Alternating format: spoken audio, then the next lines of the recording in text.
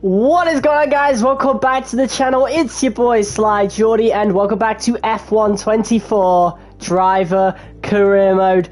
I got the new shirt. I finally got the Williams Racing polo shirt for this season. So you'll actually see me matching the t-shirt of a lot of the pit crew in this game. But yeah, last episode, 5 days ago, I know I have been really busy with work, to be quite honest, and just too knackered to do any more content. But I'm going to try and do 2 live streams today. We're going to do this Saudi Arabian Grand Prix for this live stream, and then we're going to start a live stream on F1 World, exploring the fan zone and doing some multiplayer sessions. So if you missed the last episode, we started exploring this new driver career mode in F1 24, and we also had our first race where we scored our first 2 points in a really good battle with George Russell, which is really ironic considering we had some really good battles with Russell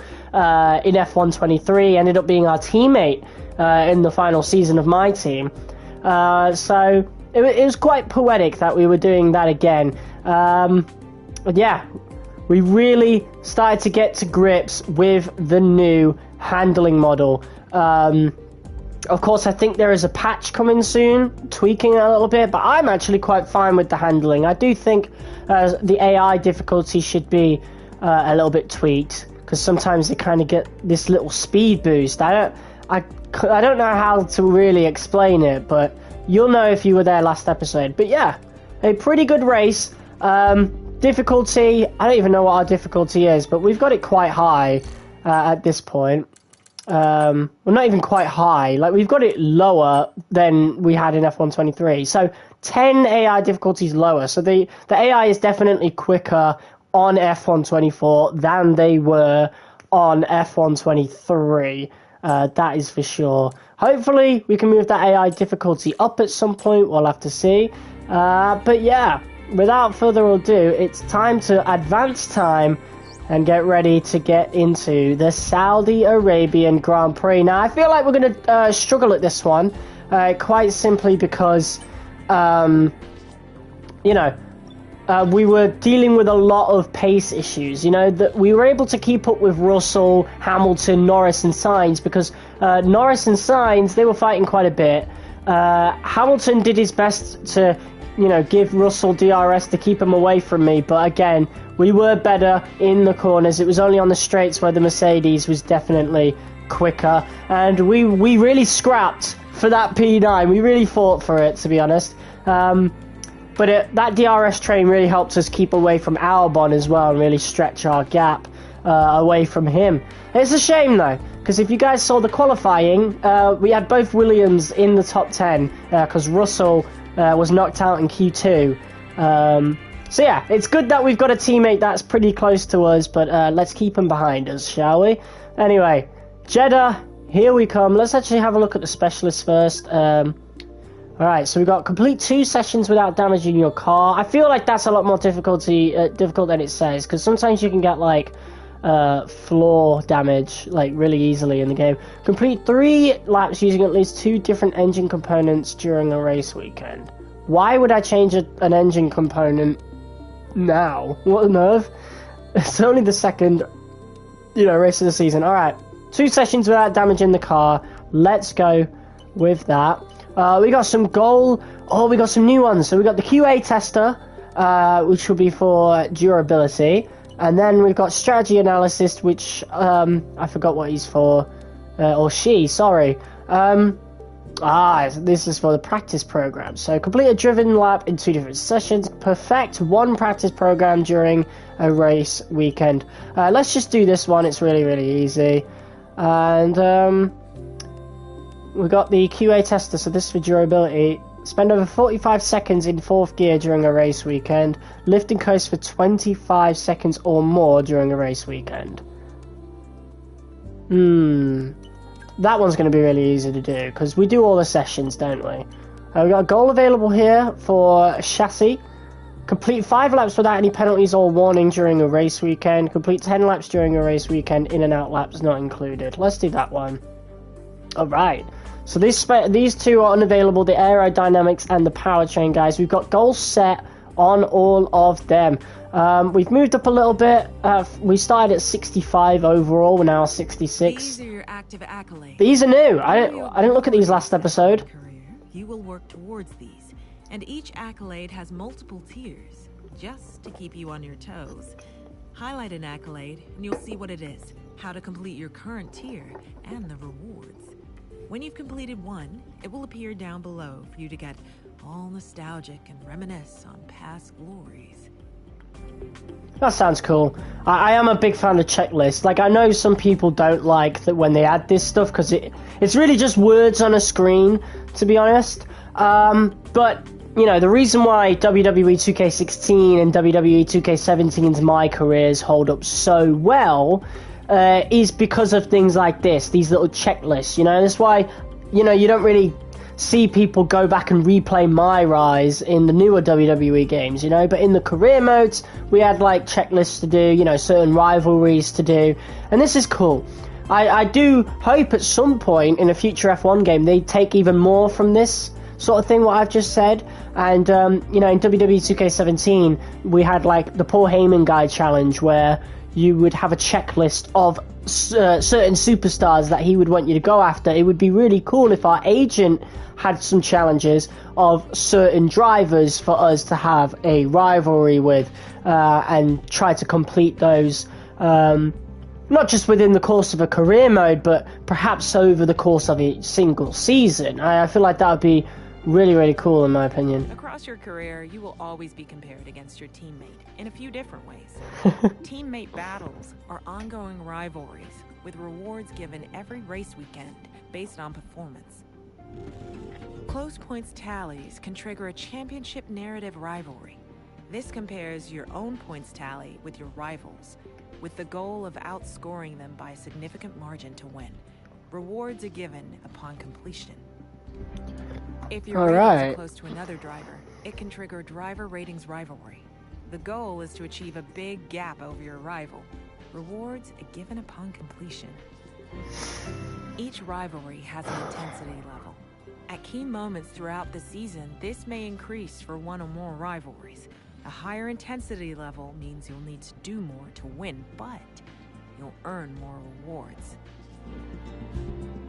So currently we lead the rivalry with our teammate. Of course, we finished P9 in Bahrain, whereas Albon finished P11. This graph will show you how your driver ratings are evolving throughout. This is cool then. So we can see our own stuff as well as the car graph. Coded to match a line on the graph. Progress will update after each race weekend, and you can view both the present season as well as past ones. Finally, at the bottom of the screen, you can see a description of each rating and what you need to do in order to improve each of them. Nice. You can select drivers from the left-hand list, and they will then appear with their ratings next to you on the right. Ratings listed in red are lower, while higher and equal ratings are shown in white. I wonder if these guys, you know, go up in rating as well. Wow! Look at these ratings, bro. Hamilton is really low so far this season. Makes sense, though, obviously. Lando's the same overall, but of course Hamilton is just about over him in certain categories. Perez is down here. I don't know about Perez being over Russell, to be quite honest. Nah, you know what, I'm not going to be so harsh with Checo. He recently actually got a contract extension, which no one really expected. Ocon 82 overall. Wow, Joe Guanyu's got a decent overall. Bottas is only 1 over him. Ricciardo's got 2 over Tsunoda. That's going to change very quickly as Tsunoda has been the better driver. Stroll's all the way down here. Magnussen. Turbo shares there. Oh yeah, there's Logan Sargent. I was starting to ask, like, where is Sargent? I can't find him, but I've obviously replaced him, haven't I? So he's there in the F2 pool now. But yeah, we got all these guys back. We got Arthur Leclerc. Can you imagine Arthur Leclerc getting onto the grid? Oh, that'd be crazy. I think we should definitely sign Leclerc if we do a MyTeam career mode. Even though I will probably want to do Oliver Behrman in the My Team as well. So hopefully we see Leclerc over the course of this career mode. Arthur Leclerc would be so cool. I already know who's going to be my my partner over the next few games. That's probably going to be Antonelli. Juan Manuel Correa. I remember this guy. I don't really watch F2 like that now, but this guy was my very first teammate in My Team in F1 2020. So when I first played My Team on my own, yeah, this was the teammate I chose. So it's cool to see he is still there. But yeah, let's see all this, and then this is how we can do our customization, obviously. And this is our first ever helmet, of course. Decided to just keep the F124 default one. Alright, yeah. Time to get into the race weekend. So, yeah. Title, we might struggle here is because, from what we found, we're not top 10 material in terms of just straight line speed, according to what we discovered in Bahrain. So, Jeddah might be really difficult. We might not score points here. But who knows? Anything can happen, and that's what the practice sessions are for. We'll be able to explore what the car is capable of. But we know we got a really good car at the beginning of the season, of course, with these default stats. Me and Albon were able to get into Q3 for Bahrain. So, yeah, let's see what happens for practice one. This has me wishing that, you know, we were still in the 2023 Williams, you know, where we had the massive straight line speeds. Would make this race so much easier. So we've got race strategy, fuel management, and track acclimatization to do. So let's get out there. Red hot speed by the Red Sea. Welcome everybody to Saudi Arabia. It's practice here today at the was not expecting Natalie Pinkham to be talking, but here we are. So Jeddah's received a bunch of updates. Not necessarily to the track layout. It's got the same treatment as Qatar, where the layout is still pretty much the same, obviously, but it's been spiced up a bit. It looks a lot different. But here we are, back into the cockpit. I have missed playing this game, I will tell you that right now. But yeah, I forgot to say, I announced a few days ago on my community tab, we will be live streaming the entirety of Season 1. So we're going to do this episode and then the next one, get the first 3 episodes on their own, just one Grand Prix, and then after that, we're going to do 2 Grand Prix per episode, so there'll be longer live streams than that. I have 2 weeks before I am at work for the summer, and I definitely will not be able to get out, you know, the content that I want to get out. And I don't want a situation like F123 last year where we didn't finish Season 1 until September. Like, I don't want to get into that situation. It took us 3 months to finish 1 season. And I just, yeah, whatever. We're not doing that. Alright, on to the hards. Track acclimatization. Okay, track's green right now. Let's so go! Take a few laps to get the tyres up to temp and get yourself in the zone. Yeah, I'm matching shirts with everybody. Hey, let's go.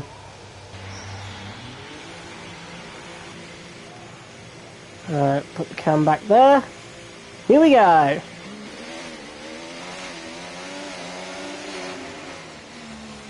I'll tell you what though, the engine sounds 100% remind me of F1 2018.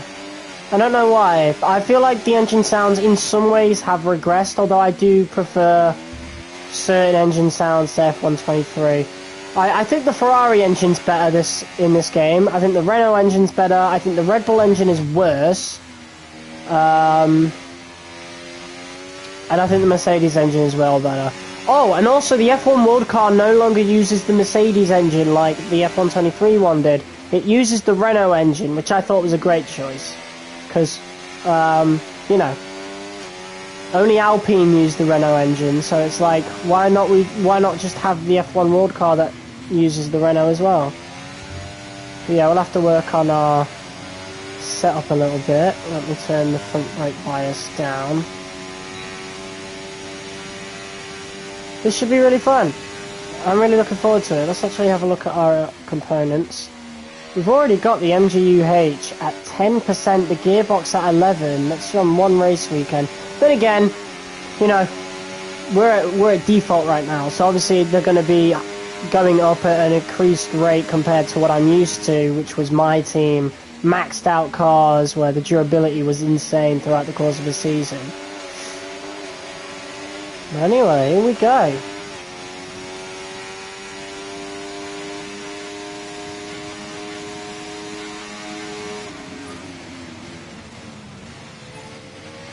Oh, they changed the sounds.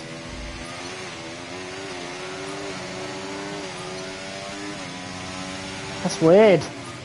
I'm so used to the same sounds from like 10 years ago, like, or nearly. You know, but they've actually changed it now.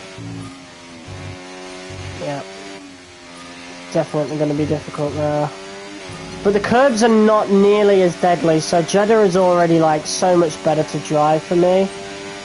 I just feel like we will 100% need more downforce.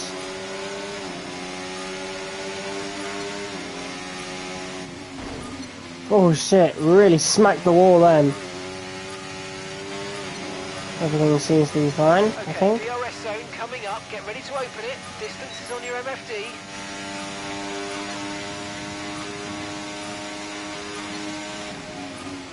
I don't like how Jeddah is like the second race of the season. It's just so intense. Why can't we have it like towards the end? Like an intense race like this would make more sense being towards the end of the season like it was in 2021.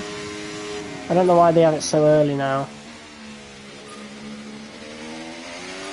That being said though, Japan's coming up very soon. I think it's only a couple rounds away, isn't it? It's right after Australia. So... oh yeah, Australia next. That will be cool, I think.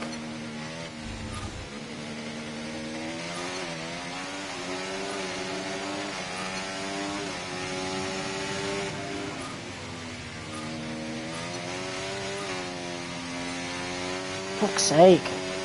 I hate Jeddah Sector 1 with a passion. We're going to absolutely suck on this track, I'll tell you that. We're not going to have the greatest qualifying. But yeah, last episode was awesome. I had a really good time with F124. You know, first impressions for the driver career.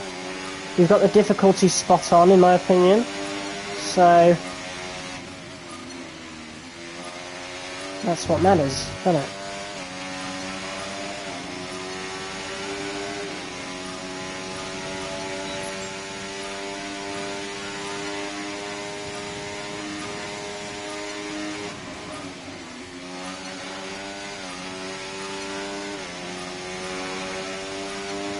Handling is very stiff though. Oh god, wasn't paying attention there. I definitely want to make some tweaks to our setup, that's for sure. We'll put overtake on for a minute. Get past Bottas. Oh, never mind, he's pitting anyway.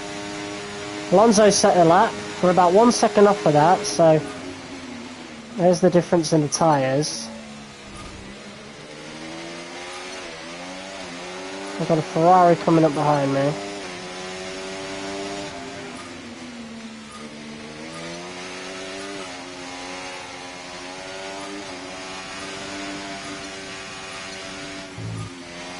Yeah, I need it to react a lot quicker for these corners. But I also don't want to sacrifice too much straight line speed, you know? So, I think we only need to make a little bit of a tweak, to be honest.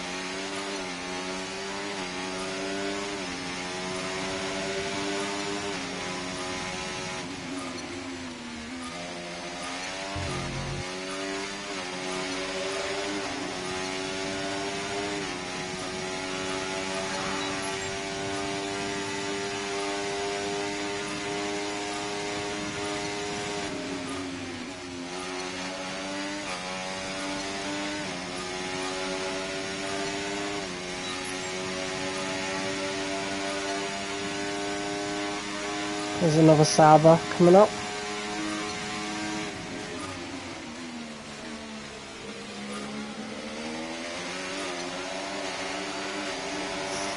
Alright.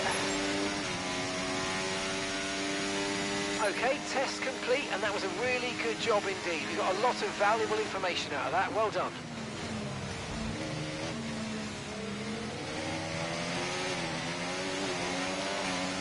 Alright. Good start to the lap already. That's because we've got slipstream.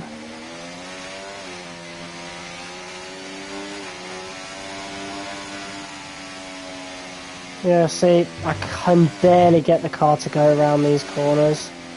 Now, obviously, on better tyres, you know, we won't have to worry about that, but... yeah, definitely need to do some tweaking to our setup.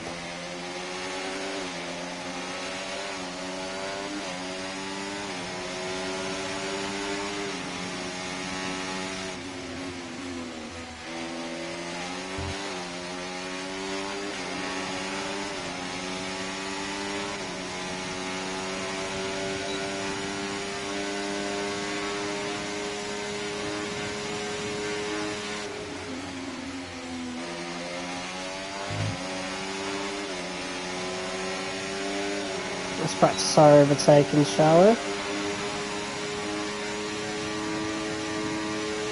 Made that a bit awkward, really.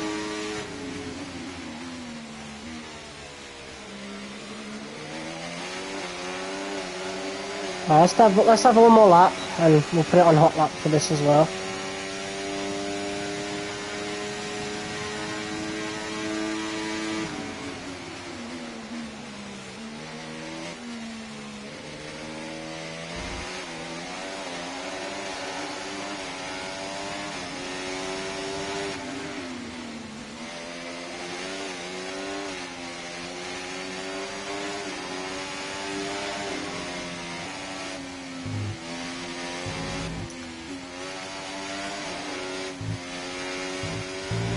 Oh, I hate that section, bro. I hate it with a burning passion.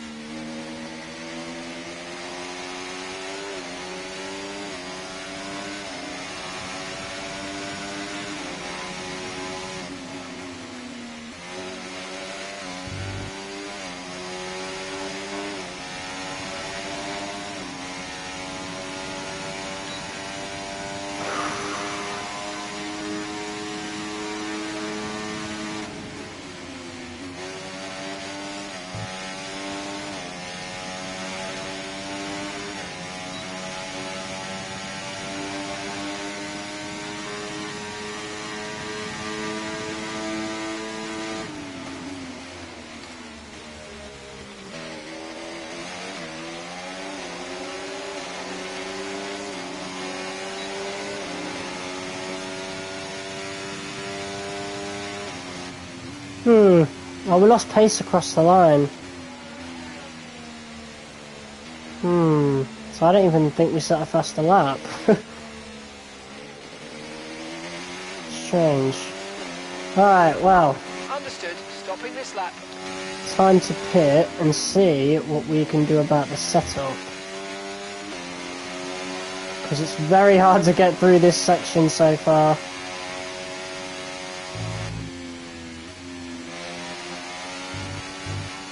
Now you can really take those curves. I'm a bit apprehensive to do that though, because I'm really used to F123's version of Jeddah, which really forced me to change like my control scheme. Never mind like the setup, you know, because those curves were absolutely deadly. You'd get stuck on those things and it'd spit you out.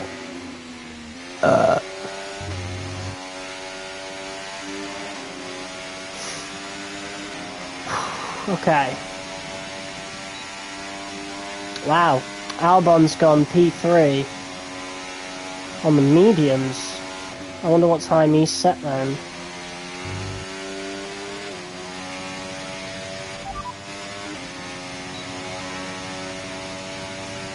I can't have a look at teammate status. Right, okay, last lap. 1:34.1. Yeah, not too bad from our personal best, to be honest. But then again, we were using hot lap. I wonder how we lost so much speed then.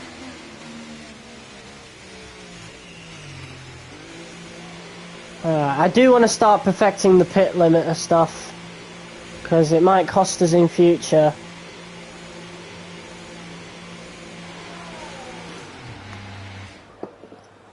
Alright, I think that was a very successful outing.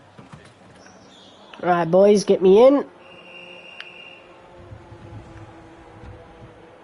Oh mate, this is so smooth and cool. We are on the next gen, or well, the current gen version of the F1 game now, as compared to, you know, last gen F1 23. Alright. So let's have a look at Albon's time. Oh wait, we don't even need to do that, hold on. We can just go to this. So Albon's set a 133.7 as compared to our 134.0. So that's not too far off of us, to be fair, considering he's on the mediums, so on a quicker compound. We got Lewis Hamilton 134.1. Fernando Alonso leads by a fair margin, to be quite honest, but his closest competitor is Ocon in the Alpine, which is one of the worst cars on the grid. So yeah. Right, so yeah, so we're currently on increased top speed. We could have maximum top speed. Wowza! So the default setup for maximum top speed is now 0. Just proper 0. That's dope. This one is increased top speed, so this is what the AI will be on. We're going to put up the front wing aero by 3, I think. Engine braking.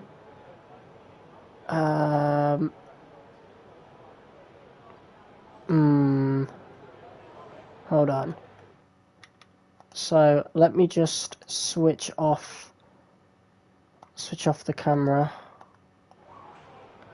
Alright, so more engine braking can increase oversteer on corner entry and will harvest more energy while coasting. Less engine braking can make the rear axle feel more stable while reducing the amount of energy harvested by the MGUK. Okay, so I feel like we could put that up to about 50 to help cornering. You know? I feel like that might be a good idea. So we'll put that on 50. And let's decrease this to about 23. Yeah. Well, I think we'll go with that for a bit. Fuel management, and that would be us going out onto mediums. I always save race strategy for FP2. So let's go out and do some fuel management. All set, we're ready to go, so let's get the car out onto the track. Alright, out we go again in this FP1 session where we do the most, but hopefully that extra downforce on the front will be good for us.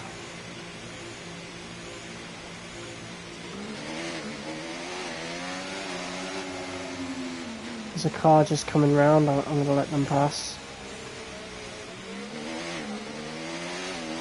And there he is, it's Hulkenberg.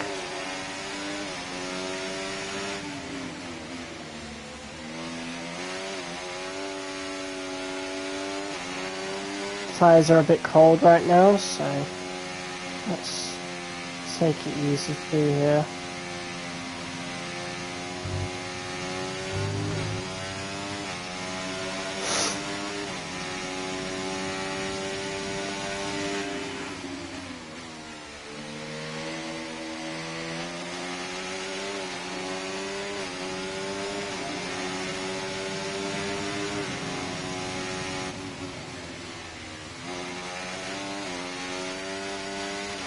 Definitely feeling the extra grip, so that's good. We'll be doing a lot of coasting at first though, but I think we did fuel management in Bahrain and it was piss easy. Or was that tyre management? I'm not too sure.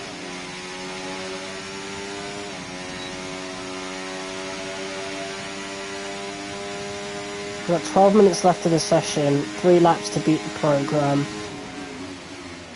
Here we go then.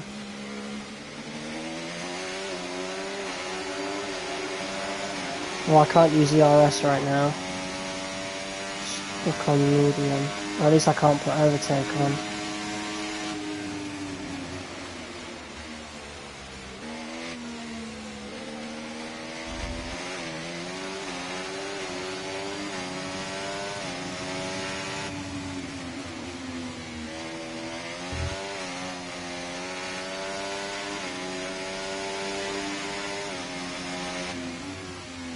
Still can't make it around there. Might need to add more downforce to the rear. That might be worth a shout.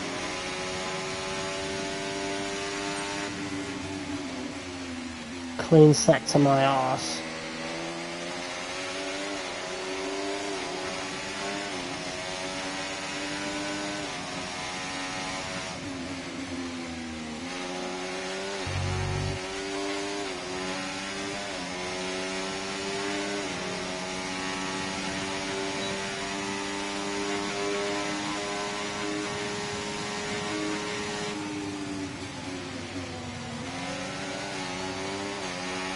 Wasn't expecting to come up on Hulkenberg that quick, to be honest. But yeah, the Williams is a much quicker car in this game than it is in real life. Like, compared to the other teams.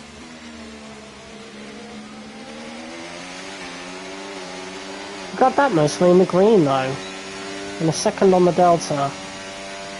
Which means we could definitely coast a little bit more.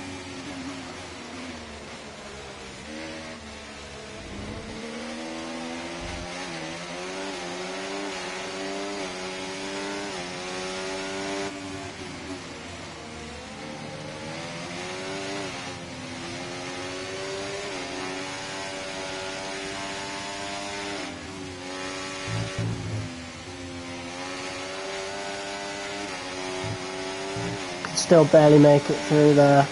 I say barely as if we are, we're not. It can't make it through there. So, I think some rear downforce might be needed.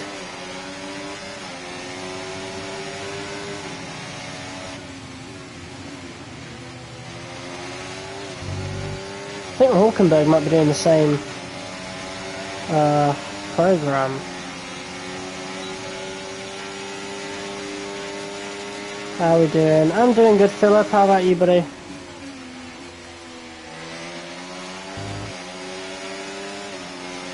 I want to make an overtake on Nico. Come on, buddy. It's like he's trying to defend against me, like keep me out of the slipstream. Oh my god. Give me a bit of a squeeze there. Right, you know what?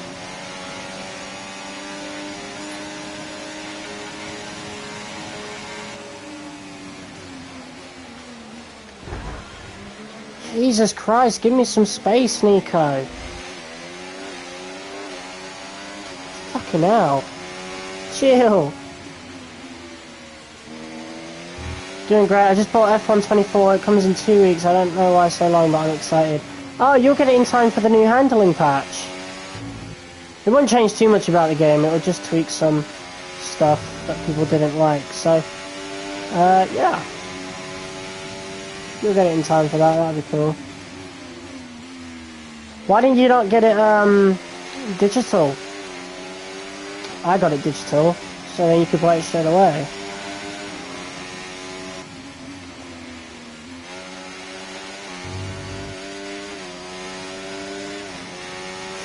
I do mean to pick up a hard copy of F123 at some point though. That's a game I definitely want to remember.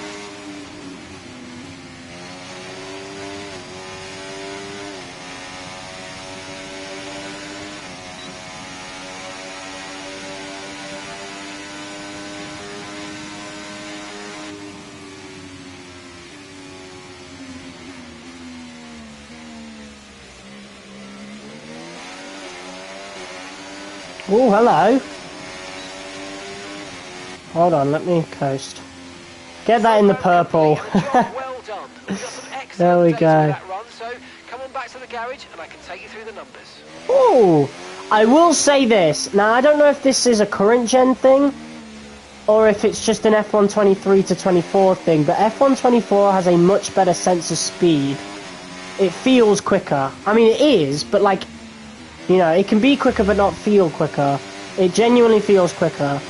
Now, I do have insane amounts of camera shake on, the maximum, but I don't think it was really that big of a deal in F1 23. Okay, we can take you this lap.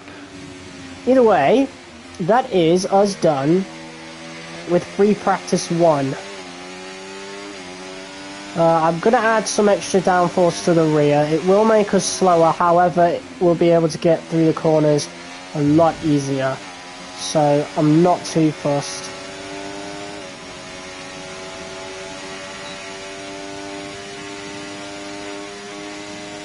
I'm really not used to seeing P15 though in practice sessions, like being that low. I like that though. The game is definitely more difficult than F1 23, that's for sure. But I wanted that, you know? But this is even more difficult. But again, I wanted that, I like it.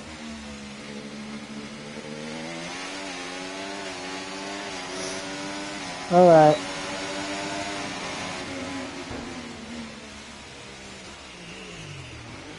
Ooh. Almost came in a bit too quick there. I don't know, it was cheaper, it was only 45 bucks, like the other one I saw was 63. You got it for 45 already? Wow. Game's not even been out a week. I think it has actually. Yeah, today, well, if it was early access, but it's not been out for everybody, not even a week, so, wow.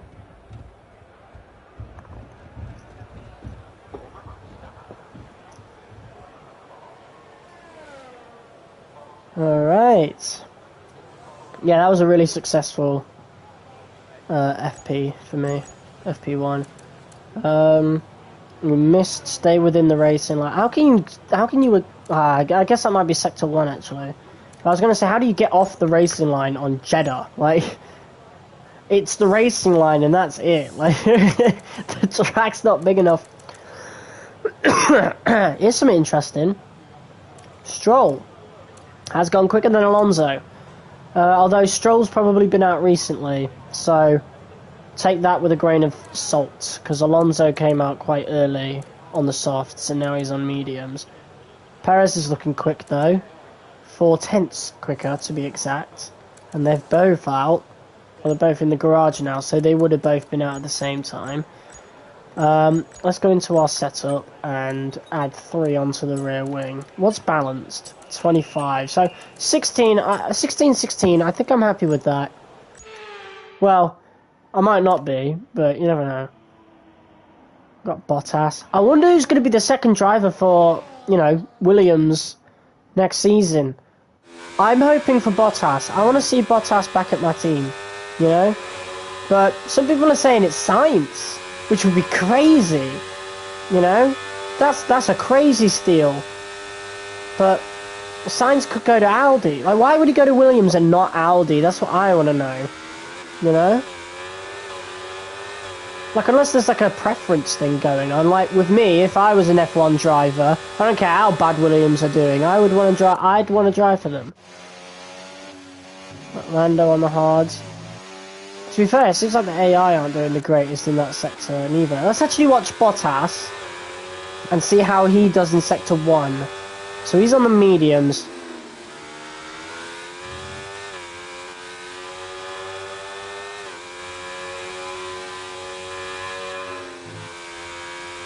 Big slowdown there. Yeah, it sounded like he was half throttling most of the time there.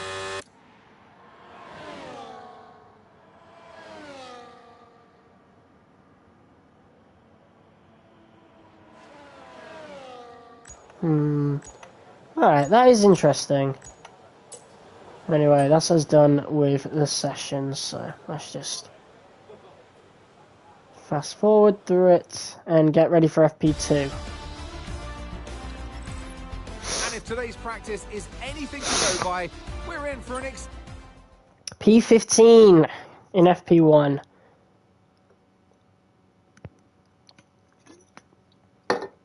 Okay.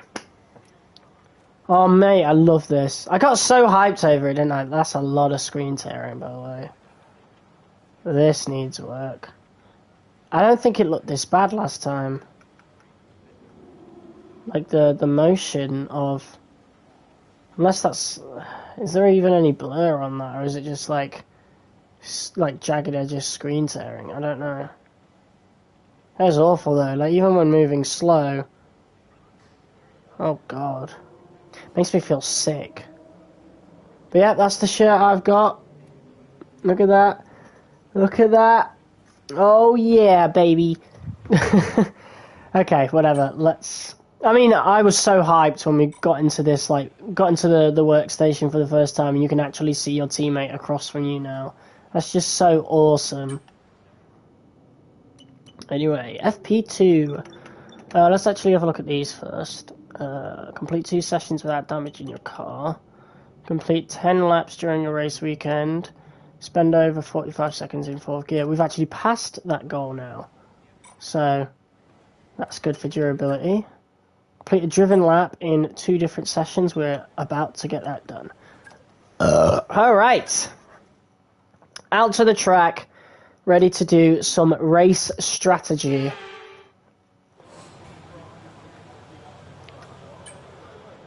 Alright. Let's go. There'll be a lack of rubber out on track, so take it easy for the first couple of laps. We only have 1 pair of mediums to do this, apparently. I only saw the 1. So, yeah, if we screw up, yeah, that's going to put us in a really bad position for the race. So, no crashing, let's be careful.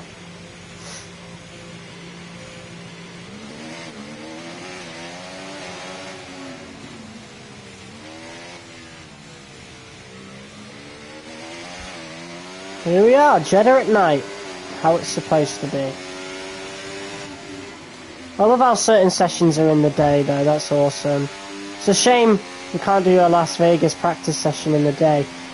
I'm pretty sure for like, at the beginning of F123's life cycle, I think FP1 was in the day in Vegas.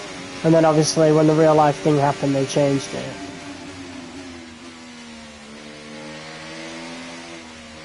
Oh, tire's still cold. We're getting warmed up pretty quick though, because we are in Saudi Arabia after all, so definitely hotter.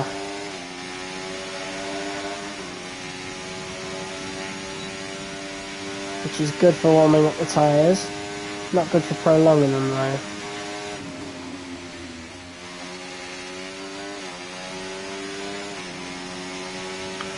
But yeah, this first lap will really show us if adding 3 to the rear wing was a good idea. All we gotta do is get through Sector 1, I'll be happy with that. Like, through Sector 1 without any hiccups.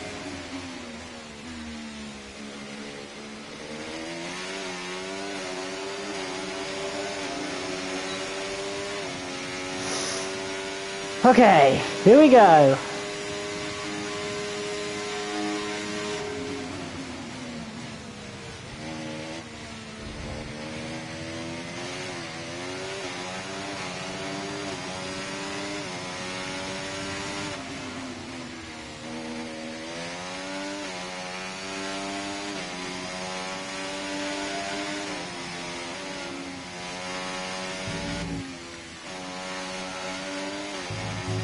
It's certainly better.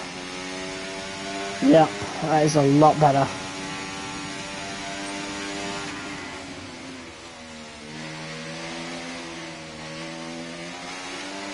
Could have had a way better corner there.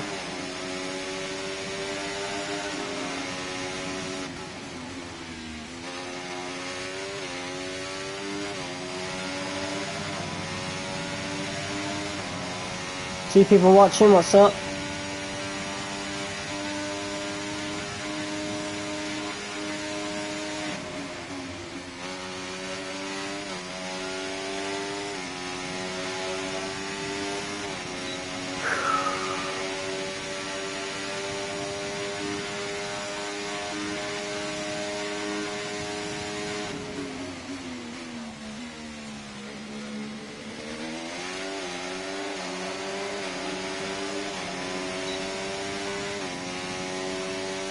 It was a really good first lap. Awesome. And the goal's completed for that second lap. For one of those objective things. Development objectives. Development boosts, all done in one single lap. That's awesome.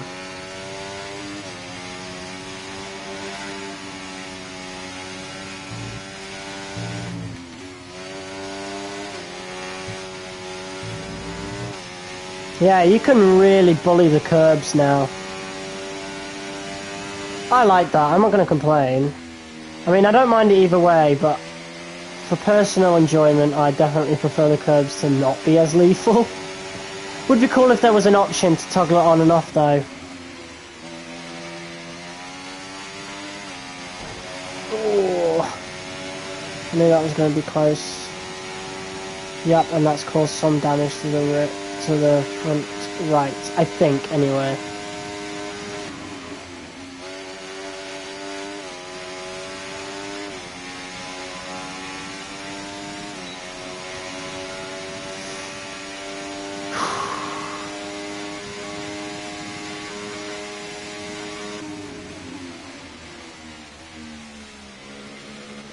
Perez has set a lap, and it's slower than me.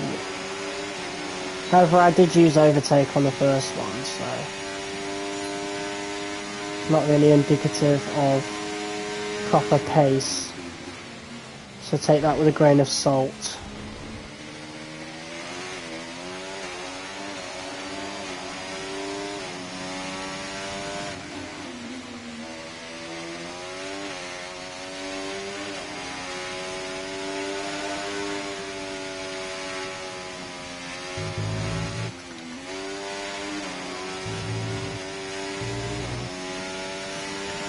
Yeah, I'm starting to feel a lot more safer on this track now. Again, like I said earlier, I'm just so used to F123's deadly curves that I try to avoid them as much as possible, and it is slowing me down.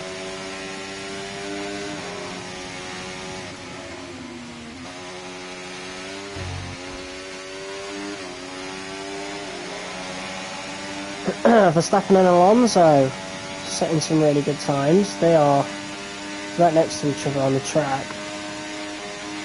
Well, pretty close anyway to each other. Verstappen went quicker, but that's probably because he's got slipstream on Alonso. So there's that. However, we are looking quicker than Hamilton as well.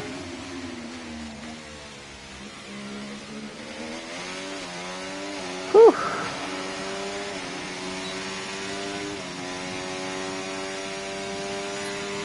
Oh, that was our quickest lap. Didn't even need to use overtake. And I bet that was because of Sector 1. 3 people watching, what's up guys? But yeah, we're legitimately quicker than Perez and Hamilton over 1 lap on the mediums right now. Again, I don't know what practice program they're on, so again, take that with a grain of salt.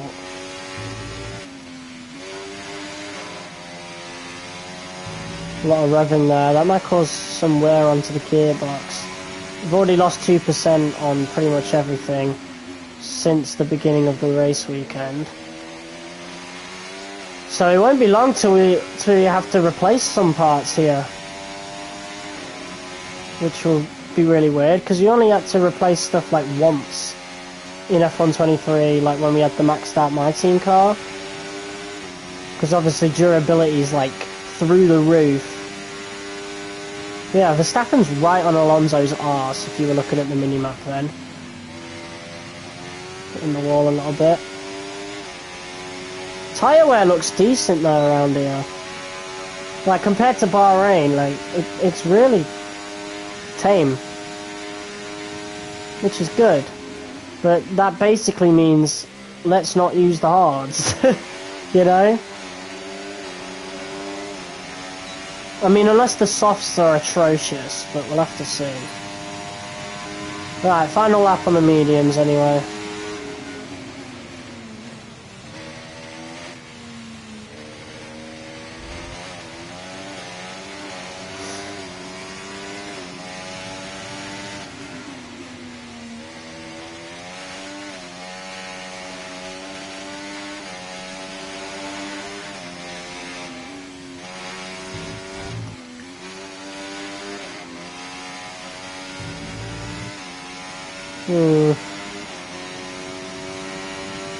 Really pushing that to the limit.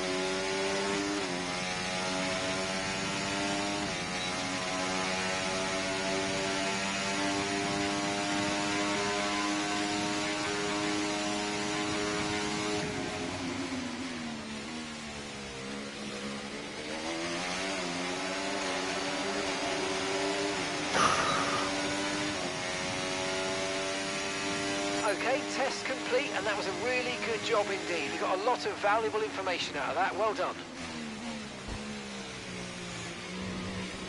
Right, let's have you in at the end of this lap, please.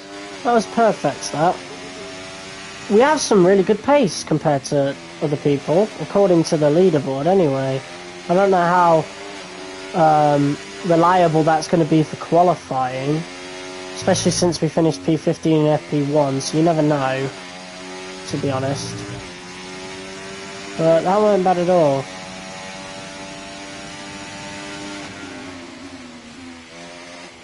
Gonna go to the toilet when we're back into the garage anyway.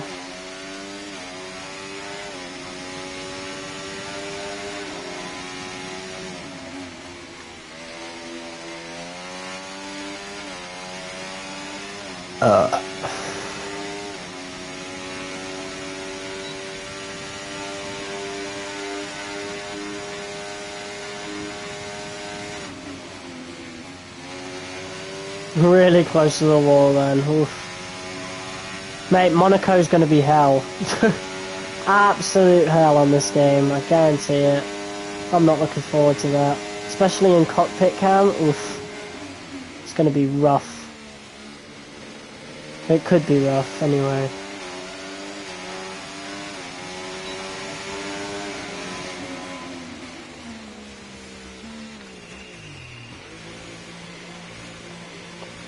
Alright.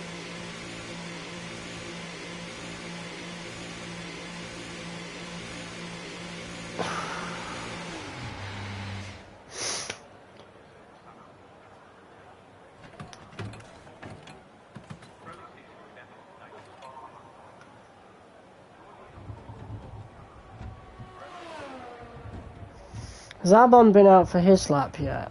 He might just be low on the leaderboard. Move your arse out of the way. Oh, he is out, he is out. Okay. Well, while I'm oh, P6. He's not actually too far off me, about 2/10. Then again, he looks like he's on the softs. So, take of that what you will. But, I'll be back in 2 minutes, because I'm going to the toilet.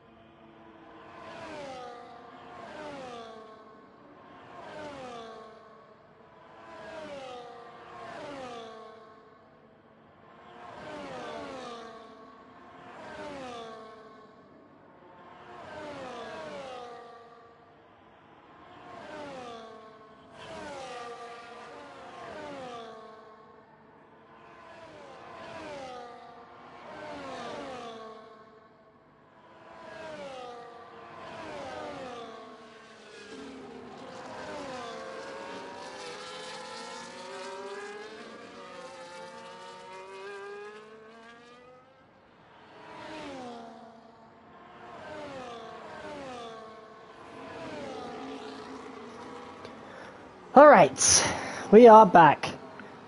Hope you guys enjoyed some laps from Alex Albon.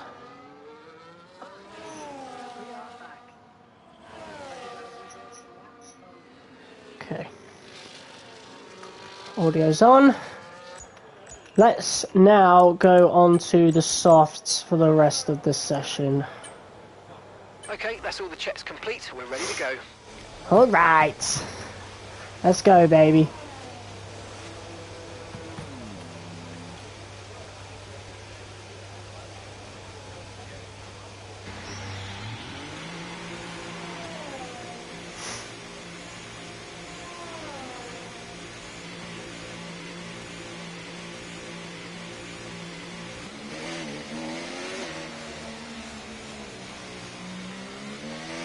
Yeah, so let's just see how these softs feel. And we'll have the MFD up on it the whole time. So 12 minutes on the softs.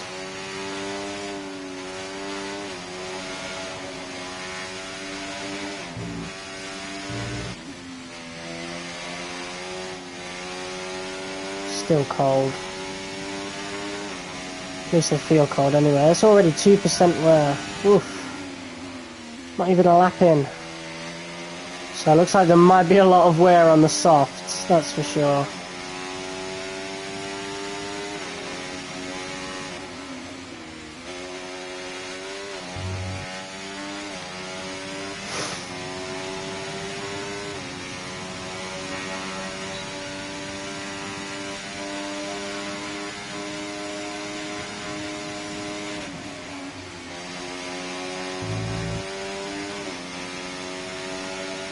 Ooh, Piastri's gone quite quick there on the mediums. Which you can do on the temperature bar of the MFD. We monitor carcass temperature and surface temperature, and you'll get the best performance when they're both inside a normal operating window.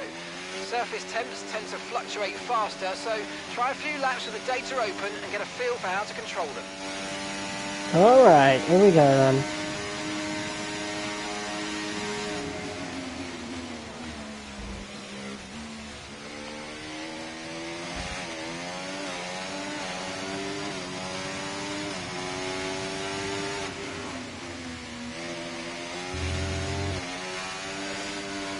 Oh, that wasn't nice.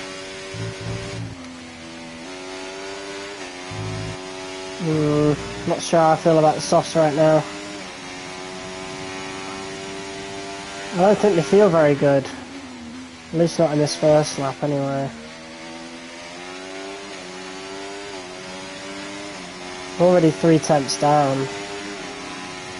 which is just not a good sign.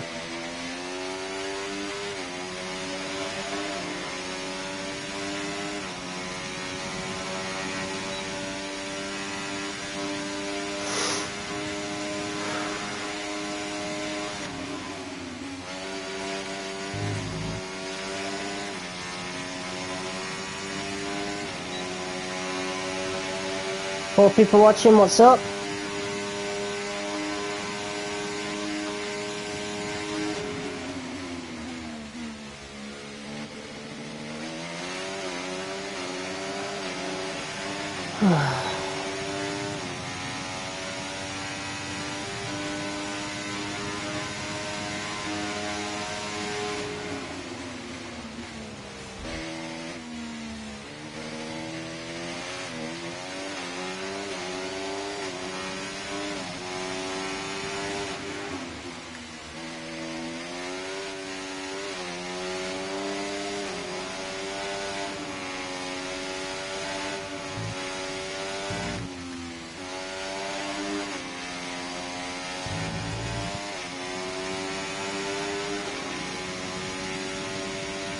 Wow. Still slower through sector 1. Even slower than last time. But that's probably because of the tyre wear now. But yeah, I'm not liking the softs. I ain't feeling it.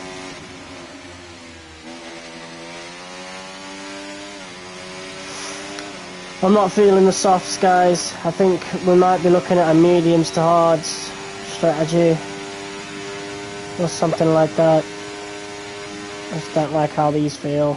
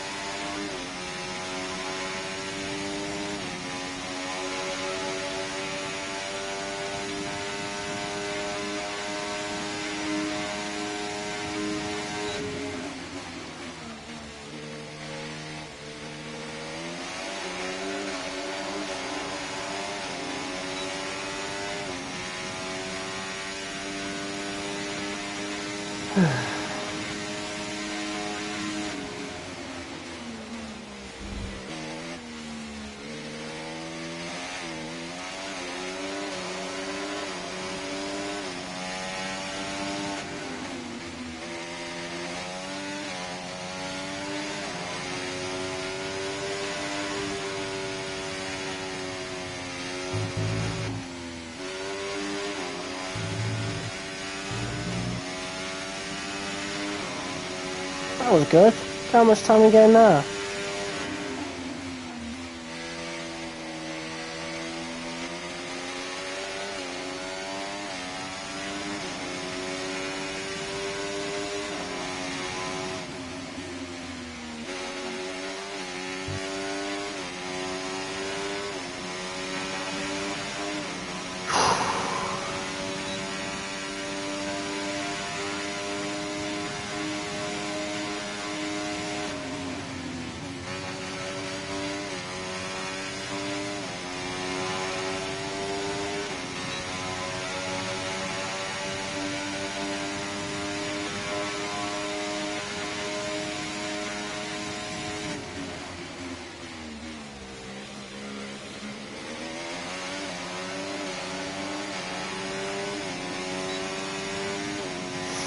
Alright, I'm happy with that.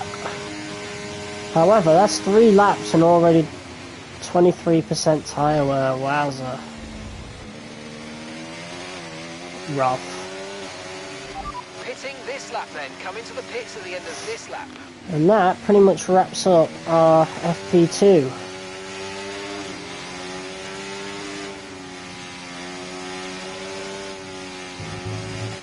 Now we need to start practicing for qualifying, so that's what we'll do for FP3.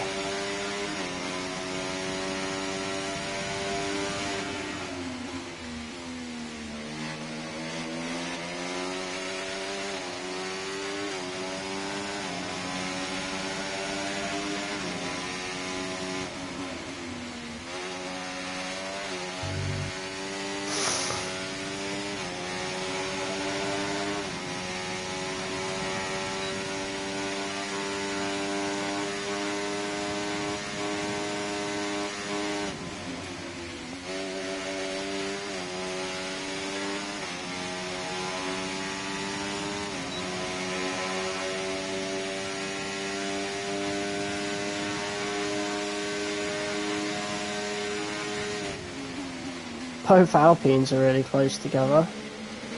Oh yeah, Ocon will not be in F1 anymore.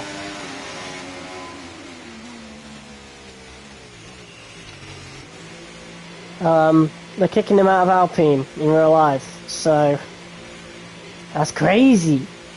He's been there for like years, absolute years, but not anymore.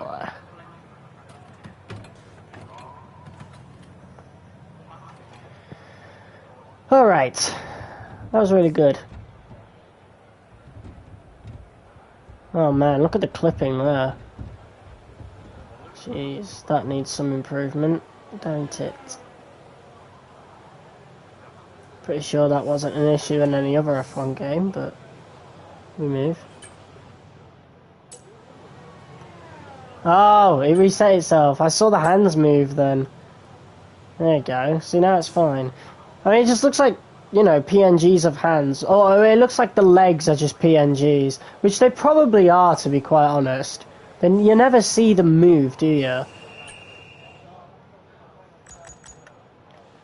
Anyway, P6, that was a lot better of a session for us this time. I wonder where Albon ended up. And that's it. Practice P13. is officially over. Until next time, goodbye. Oh, not very good on the softs. 133.5 compared to 132.9. Alright, Albon. Might want to be a bit quicker, mate. Yeah, I don't think it's going to be another double Williams Q3. And to be fair, that was lucky as well, though, because Russell performed pretty shite in quali. Anyway, we got FP3, so let's go. I mean, do we really need to? Nah. You know what? We'll just do quick practice and get fuel management done. Yes, I know what quick practice is. Boom.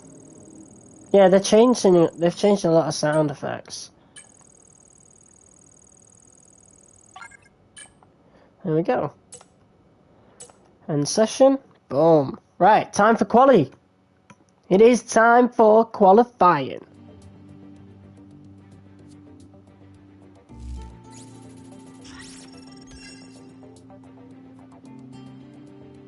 Okay, got about 1,000 in the bank. I wonder if driver perks is still a thing. I should probably look into that. Those overalls look weird though on the shoulder, I'll say that. That's definitely not how they look in real life. It's like they've got the shell of the torso and then like attached the arms to it. It looks proper weird. Maybe, I think it's just the lighting, but yeah, it definitely looks weird. Right, we've improved experience. Awesome. I wonder why pace is +0 in red.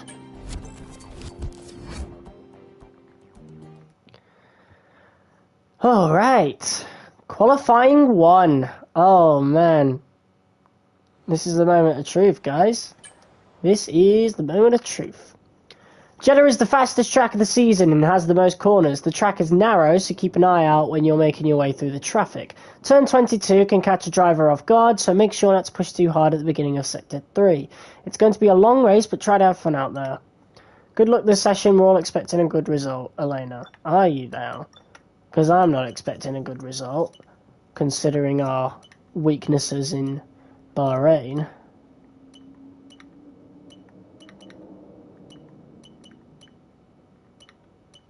Oh, their eyes turn to look at you. That's weird, that. Okay. Goal active, so this one is complete 2 sessions without damaging your car. Well, I've done that.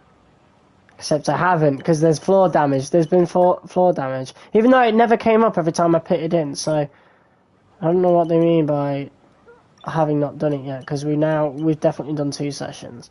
Anyway, time for qualifying. Full qualifying. Let's get into Q1. Welcome to the Jeddah Corniche, one of the fastest circuits on the calendar. But let's see who will be fastest of them all. We're about to set the grid for the Saudi Arabian Grand Prix. Yes, it's qualifying. I'm so glad we've got commentary back. Just for the normal sessions. Or at least for the first practice session. And the qualifying sessions as well. It's really, really cool. Alright. I guess we better go out. Right, the car's ready. Let's get it out there. Let's drive out for the first lap. Why not?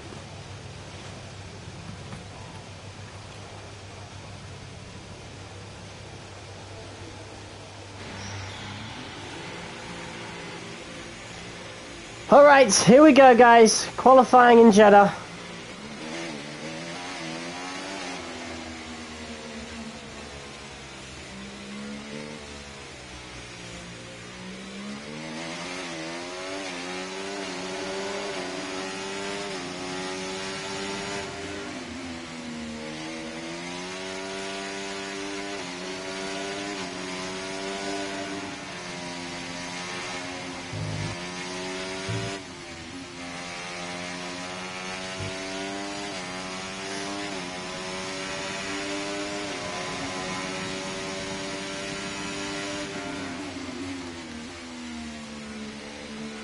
Right, I don't want to use hot lap at all for this first lap.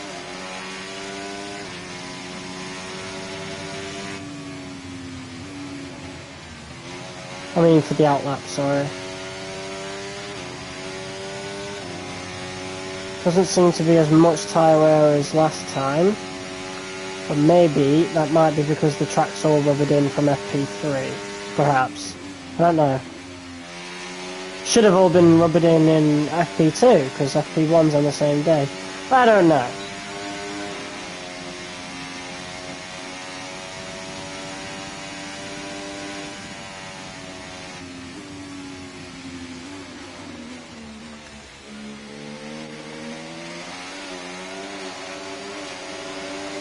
Alright, here we go.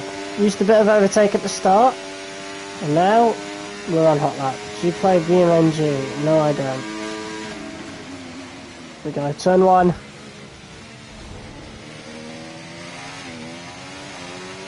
Right, if I'm gonna get sector 1 right at any point, it's now in quali.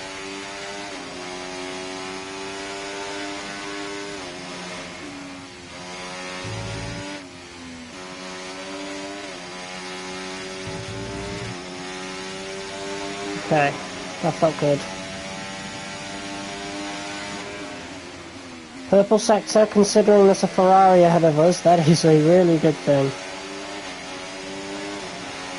Albon's not too far behind us.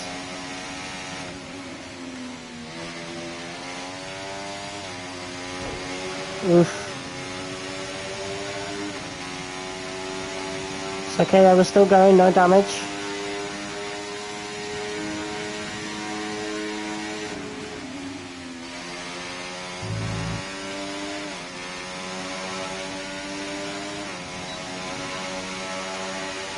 I think we're a little late to the DRS there. 132.6 for Bottas. Which racing wheel do you have? The DualSense controller. Okay. One final DRS zone. Let's see where we are on the grid. P1, but only the Sauber and the Haas spinner. Oh, it wasn't Ferrari, I forgot. For some reason, they've colour-coded Haas to be the same as Ferrari. So, whatever that means. Hamilton's there. He's not quicker than us. But then again, we know these guys hold back. Because in Q2 we placed pretty high, I think. Or was it Q1? And then Q3, like, both Williams cars, including me, were bottom. So, who knows. And I wonder how close the timing is as well. Russell P3. Confirmed, we'll receive you at the end of this lap.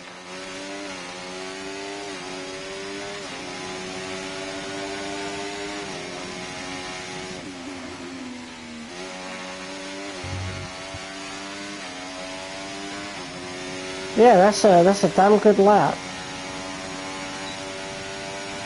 That might actually be enough to get us through to Q2. Just with that one lap. I mean, I want to see the comparison between us and everybody else before making that decision. So we'll watch everybody else set a lap. I don't know how track evolution's going to be, neither though. I don't want to make a silly mistake and just be like, oh yeah, this one lap was good enough, and get knocked out in Q1.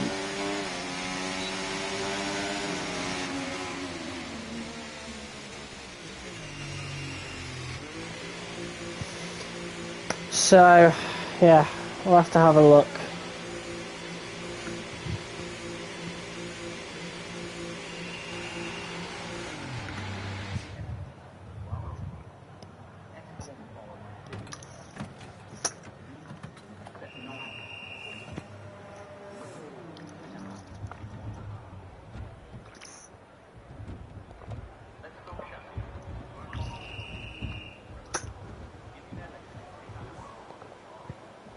But yeah, I did think we'd struggle here, but so far, so good.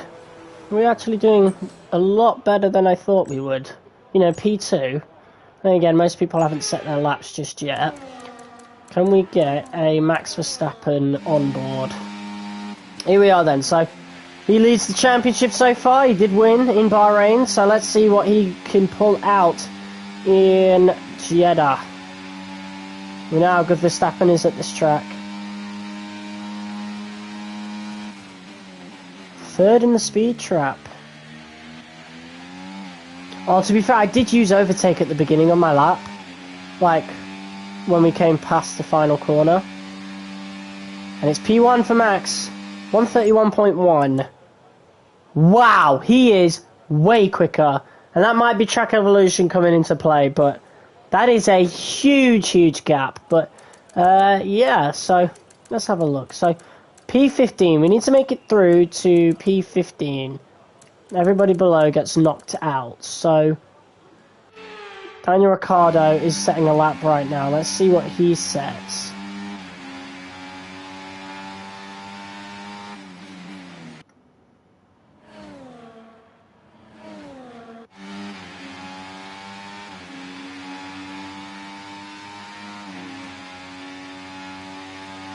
They fixed the Red Bull logo on the V-carb. I remember the trailer showed the V-carb in Jeddah, and the Red Bull logo was like really, really, really chromed. But it looks back to normal now, so that's good. But yeah, even the trailer showed some bugs. It was proper weird. So again, it's not a bad game, but I genuinely don't think it was ready to come out. I think it could have gone another half month, to be honest. But they're trying to get it out earlier every year now, so, you know. So, P16 for Daniel. Everybody has now set a lap, officially. So, P15 is about 1 second and 1.7 seconds away from me. So, well, okay, not from me, but about a second off of me. Literally a full entire second. I do not think we need to set another lap, to be honest. I don't see us getting knocked out in Q1 with the lap that we've set compared to everybody else's stuff. Even if they improve, I don't think they're going to improve by a whole bloody second. But we'll see. Oh, there's a big drop there. But we make it through. That's going to really help. Because if you guys remember Q3 in Bahrain, we had the one lap. We only had the one lap because we only had the one set of softs because we'd used them all to get up to Q3. That really helps us. So now we have an extra set of softs to use for Q2, which is absolutely beautiful. So we don't even need to set a banker lap or anything. However, we are still going to set you know, quick laps. So let's go. New set of softs in Q2. So let's go. Yeah, I was kind of scared that we'd get knocked out, but I genuinely did feel like there was no way anyone was going to improve that much to knock me out of Q1, considering how good my lap was.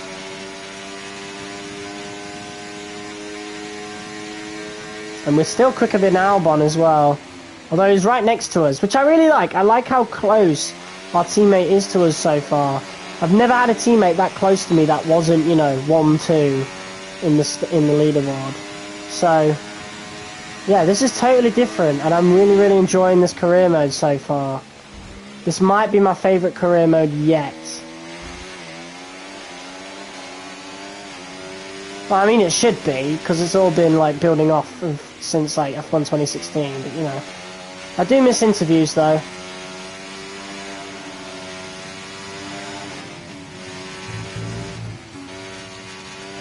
That's not a good sector one for us. That was awful. That was absolutely awful. Really struggled to get the car around there.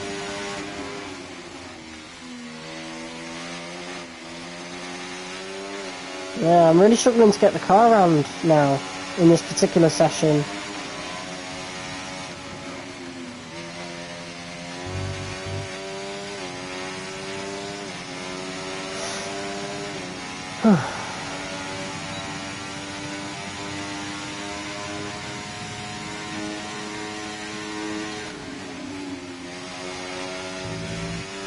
Oh, that was a good section for us then. Got on the throttle really early. That's what we want to see.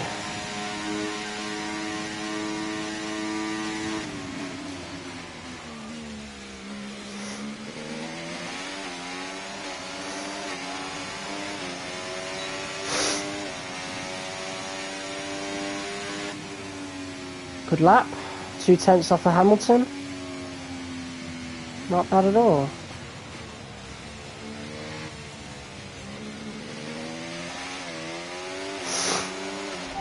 Understood. Stopping this lap. I smell a bit of burning. Might be the PS5. Might even be the new shirt. It's not the PlayStation 5. I think it's the new shirt.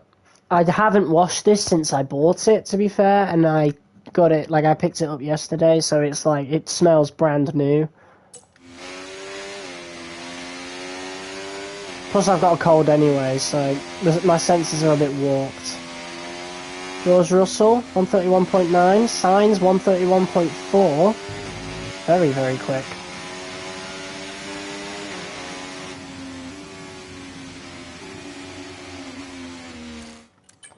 Alright. So, decent first lap, but we're going to try and make it into the top 10 shootout. So far so good. Let's ride on board with Albon, who hasn't gone out to set a lap yet. Oh yeah, he has. 132.9, so he's nowhere near me.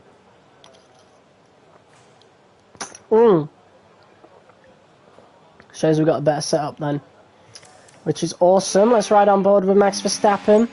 132.2. Let's see how close Verstappen is to a 132.2.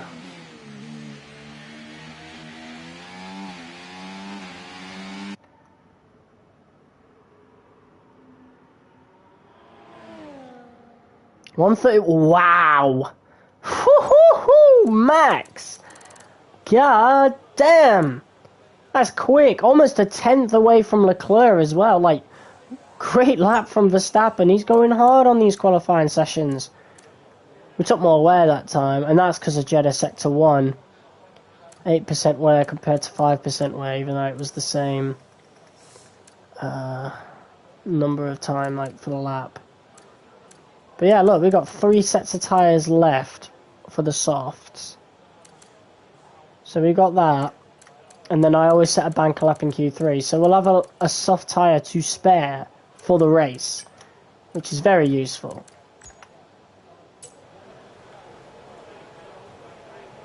Or we have a second soft to use for Q3, which I'm not going to do. I'd rather set the banker lap with an older set of softs and then do something like that. Right, let's go. See if we can make it into the top 10 shootout then.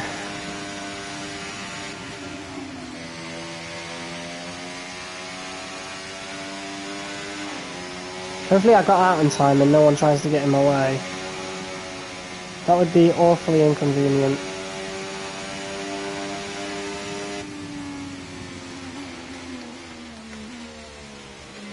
P9 right now, so it's looking good. We've got a Kick Sauber fighting for the top 10 places as well. P11 for Guan Yu Zhou. Not bad. Oh, it's not looking good, guys.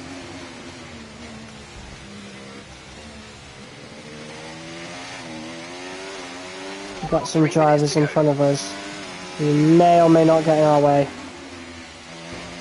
Oh, hit the wall a bit though. I think we only skimmed it though.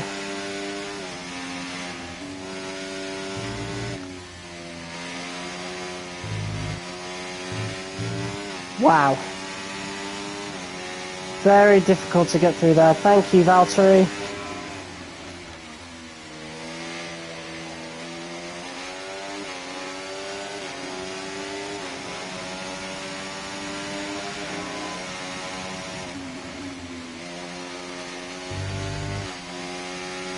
Whew. So intense.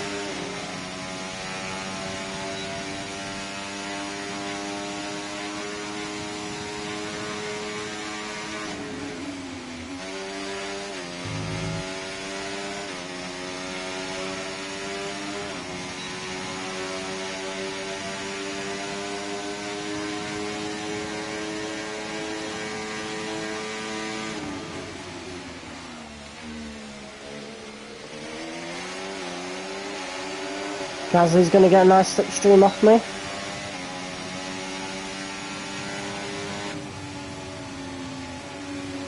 P6. 3/10 off a pole. Not bad.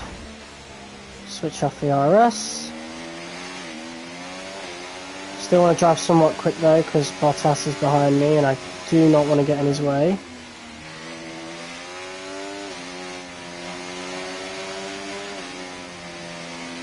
So. Okay, we can take you this lap.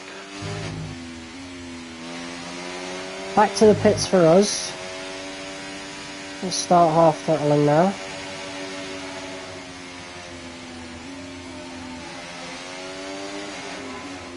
That Bottas past there.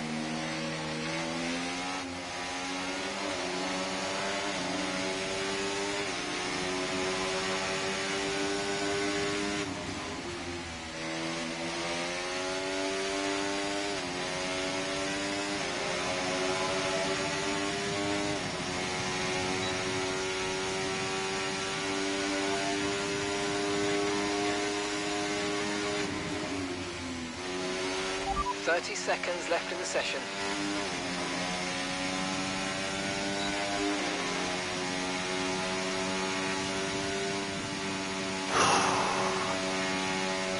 It's looking good so far. Well, no one set their lap yet. Never mind. Almost hit the wall there. We'll forget about that.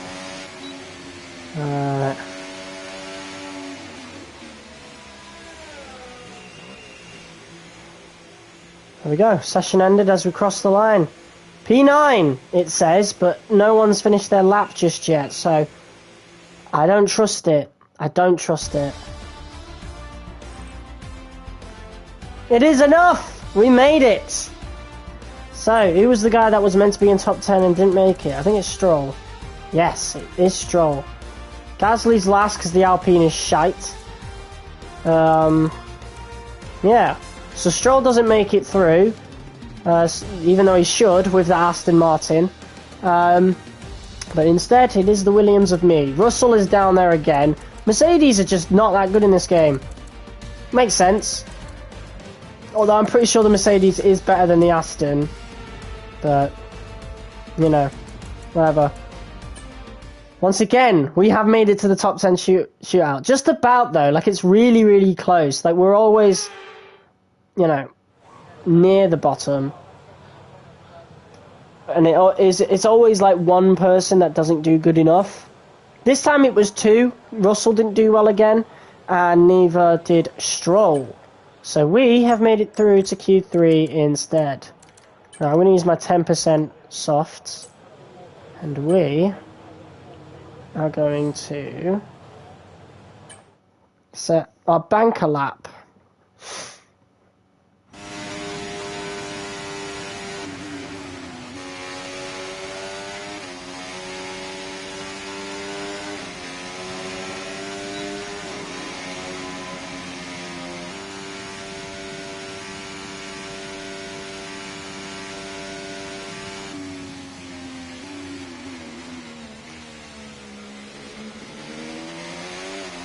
Alright, here we go. Banker lap, so don't take the timing seriously. It's only a 10-minute session, wow.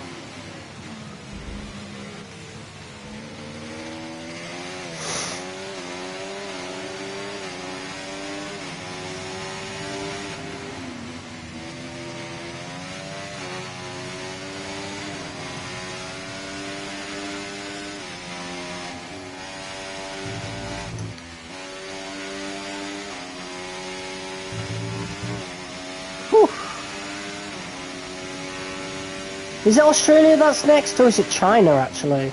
I think it's Australia, then China, isn't it? I don't know what the next Grand Prix is. Completely forgot. It's one of the two, though. Be nice to do China again. We only really did that later on in the MyTeam seasons, because obviously you can't change the calendar for Season 1.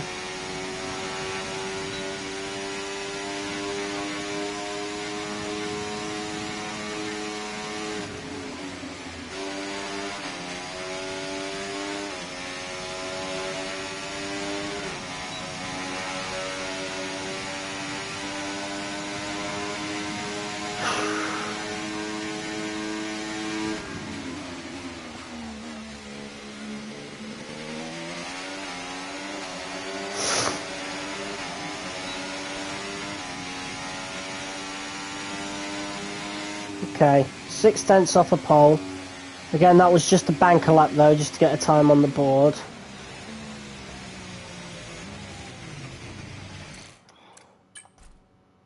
So, yeah. Right. I want the track all to myself. I don't want any chance of running into anybody, so...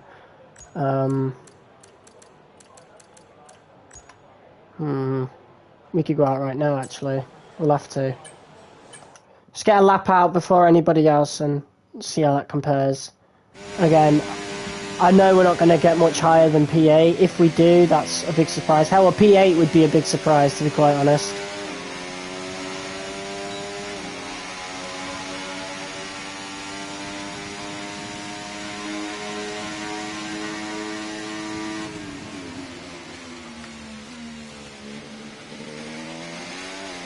Here we go. Final lap of qualifying here in Jeddah. Everybody's gone out to set their lap. Oh no, everybody's coming out. Oh, fuck. Are you serious? I just wanted the track to myself, bro.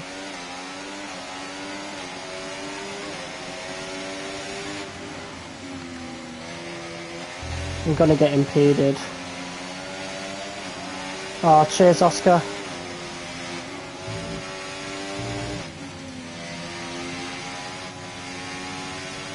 Damn it.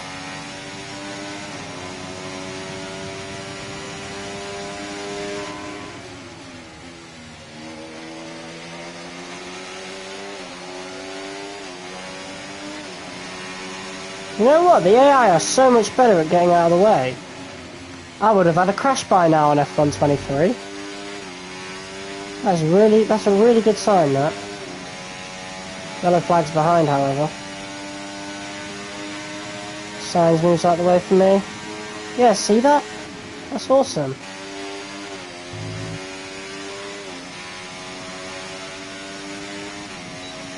Purple second sector, guys. Oh, we're cooking. We're going to be a sitting duck in the race, though, for sure.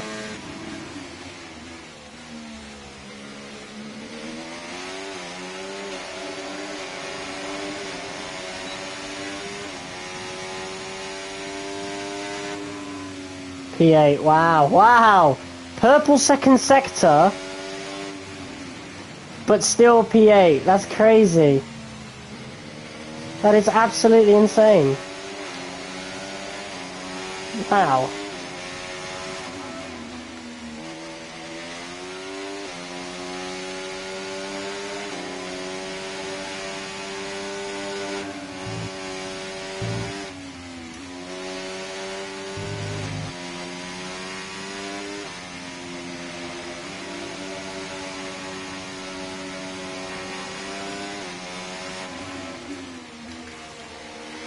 Right, so there's a solid chance that we're going to start dead last of the top 10 anyway.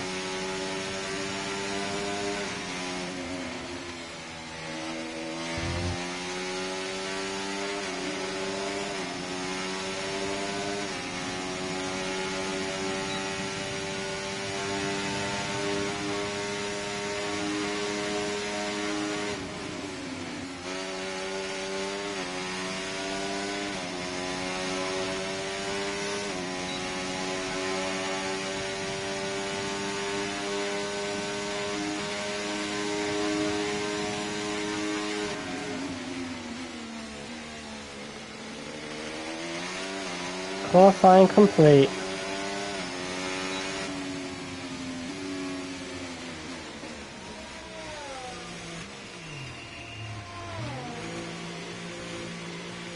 Okay.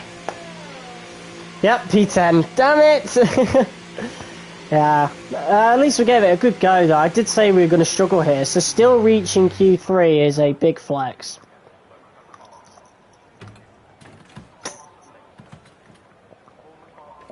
So I will happily take the top 10 start. However, staying in those points paying positions is going to be a pain.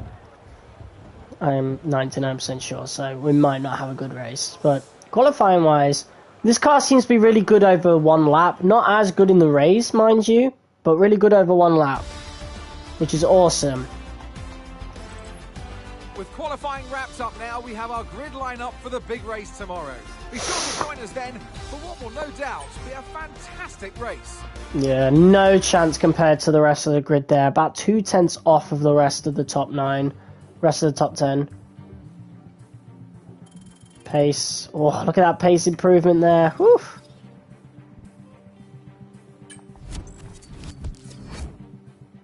Not bad. Not bad at all. That's awesome, actually. I'm well happy with that qualifying. Alright. I hope you slept well last night because I expect it's going to be pretty intense out there today. Be careful if you're coming into the pits, especially if you have damage, as the car won't be at peak braking performance and the stopping distance could be a bit longer than you expect. The last thing we want is a penalty. Well, the last thing we want is a DNF, but you know what I mean. Anyway, have a good race. Okay. Yeah, that one's just gonna fail, unfortunately. I don't understand how, but it is what it is. Goal passed there, so we got that one done, and we definitely got that one done. This is complete 10 laps during a race weekend, in and out laps not included. Goal still, how is that still active? We definitely did well over 10 laps. So I guess that must just be within the race. Surely. So currently we're at 66 rating. I think we started at 65. We need to increase rating by 4. So get to 70 pretty much. It should be easy enough, right? Wow, Alex Albon's got parts in development. Wait, so the parts aren't being brought to both cars? What do you mean? That makes no sense. So we're both going to have different cars entirely. That's not how it works in real life. I mean, for one race it would, but the same upgrades are brought to both cars. That makes absolutely no sense. Okay, let's do some aero stuff then. By you and your teammate, so remember to play nice. Each upgrade will be labelled with the driver that purchased it. Any upgrade that's been completed will be applied to Oh, both never mind cars of the then. team. But no matter who did it, remember that if the car's slow, well, it's down to the drivers, and if it's quick, it's all thanks to me. Awesome. Okay, here's where you're going to purchase and manage your upgrades for each department. If a part fails development, you can also come here to restart and finalise it, but just don't ever go at me when you do. As you develop parts, you're going to unlock access to more. Highlighting locked upgrades will tell you what's required to gain access to it. Yeah. For each department, you can quickly I love how they've done all these perks are tutorials available as a now. result of your relationship Didn't with have this last specialists and year. current recognition within the team. Yeah, okay. Requires secondary wings flaps. Okay, so if I press that, When you select an upgrade, yeah. you can quickly view some information. Cannot cancel about teammate the upgrade. estimated So Alex completion has made timeline, those. The upgrade that it unlocks, as well as where we stand in the development race. Finally, you can see the failure chance of the upgrade. Or if you can't afford it, a bit of red pen from me saying that you haven't got enough points. If you want to rush something through, though, you can do that here if you have a high enough recognition and if you want to risk a higher failure chance. Tip from me, though, if you do want to rush something, buy the crew some sweets as thanks for the overtime. Alright. That makes sense. What about chassis? We've got one coming there. Oh, wow. Our chassis is actually really good compared to the rest of the grid. Look at how bad Mercedes are. Sauber's pretty up there for the chassis. Powertrain. We're actually pretty good for powertrain. Wow, so the Ferrari engine is the most powerful engine. So that's why Ferrari, Haas, and Sauber are there. Then it's Mercedes, Williams, Aston Martin, McLaren for the Mercedes engines. And then it's Red Bull and VCOP for the Honda engine. So they're not the most powerful engine. And then you've got Alpine at the bottom because they're awful.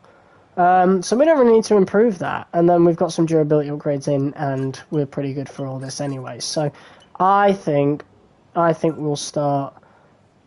I think we'll keep going towards the aerodynamics. Oh, those are the only two upgrades we've got so far.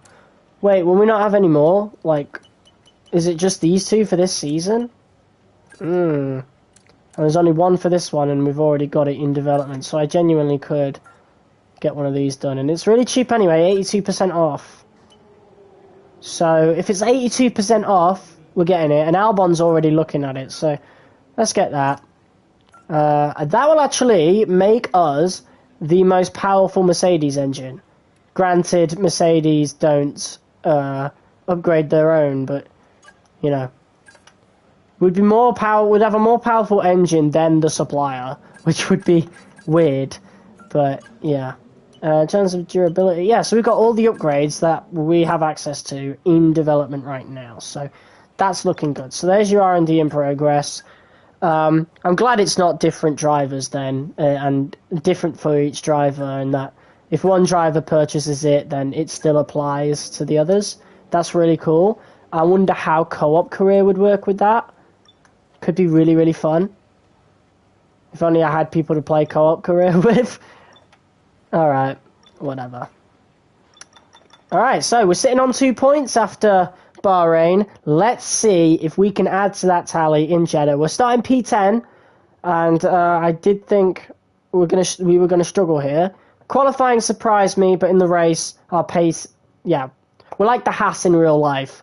Really good over one lap, but in the race, it's a bit dog shit. So, yeah, let's see what we can do.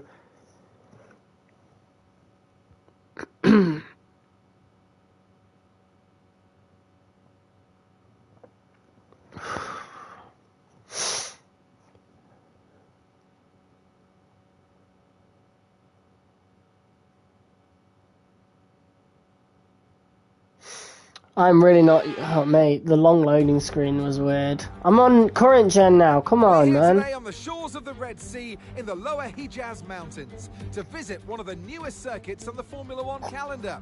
We're in Jeddah, home to what we all hope is going to be a thrilling Saudi Arabian Grand Prix. So let's take a look at the topographical map of the Jeddah Street Circuit. As you can see, a number of challenging corners for the drivers to master here. We'll see just how much the teams have benefited from their time spent in practice this weekend. And like many street circuits, this track has the potential to punish drivers that get it wrong. Let's hope we avoid any safety cars today. It's time to see how our drivers are stacking up after yesterday's exciting qualifying session. World champion Max Verstappen Red Bull lockup. position. Sergio Wow. Perez lines up alongside. Considering the rest of the grid, we have Fernando Alonso, Russell, Norris, Leclerc. Russell did good Hamilton, this time. Sainz, Oscar Piastri, the rookie, Stroll, Joe, Albon, Bottas, Gasly, Ocon. Well, at least it looks like we don't have to worry about Albon for this race at the very least. Magnussen and Nico Hülkenberg rounds off the grid. Wow, With preparations 2.5 almost seconds complete, off let's of head pole. down to the track. Wowza. That's big. That's a big fucking gap. Anthony Davidson. Now, we had great fun watching them win last time out. What a great victory it was. But can they carry that into today's Talking about race? It's the Verstappen. important one, isn't it, Crofty? You've done it once, can you do it again? But, you know, if you start believing in yourself and the confidence starts to build, that inner confidence is what you need. And you can carry that through to future races, including this one, and you set that ball rolling. That's the critical thing that they're looking for here. And I believe if you've got that first race win or a win at any stage, it can start to roll with you in a good way. Mate, I'm loving the new commentary. Okay, Mark here. Let's get another points finish today. I just want to say good luck. We're all counting on you. Alright, looking for another points finish. So, yeah, I did say during the practice sessions, didn't I, that I did not feel good on the softs. So we were probably looking at a mediums to hard strategy. And we might stick with that. Yeah. 18.9 laps for the fuel load. Oh, I don't know about that.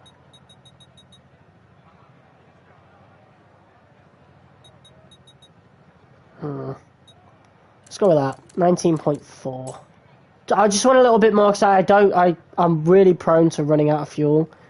And I just don't feel like that was enough. So, let's go.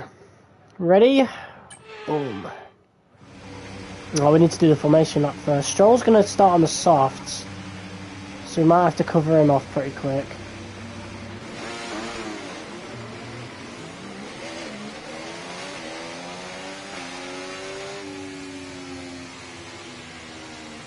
We're not seeing any technical issues coming off the practice start. Watch the RPM on the full start. We don't want you to bog down. Alright.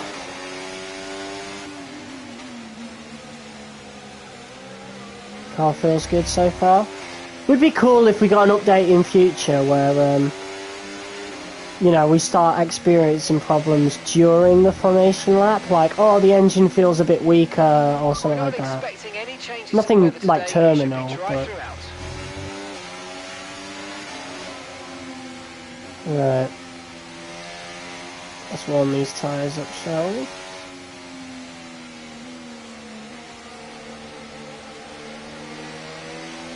It's been a long time since we really did the formation laps. I think we did it for Season 1 in MyTeam, and then we just turned it off after that and got straight into the race. But now that we're in driver career mode and we're in cockpit cam, I just want to be like really fucking immersed in it. And I am. This is so much fun. That's why I want to live stream the whole thing. That, and I want to get a bunch of videos out the way before the summer as well, because I'll be very, very busy.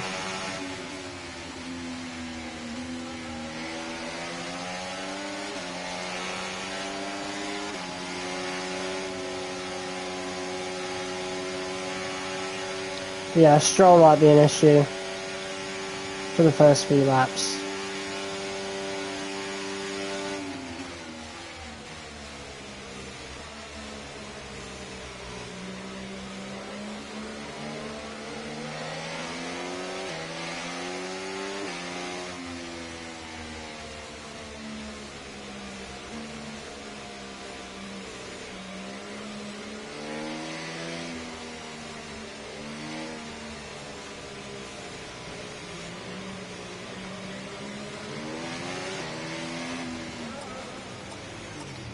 Right, here we go. Okay, good parking there, mate. Now Not we need the to make best, sure we get a great launch as the race starts. but we'll take it. Keep an eye on the lights. Oh shit, I started quick.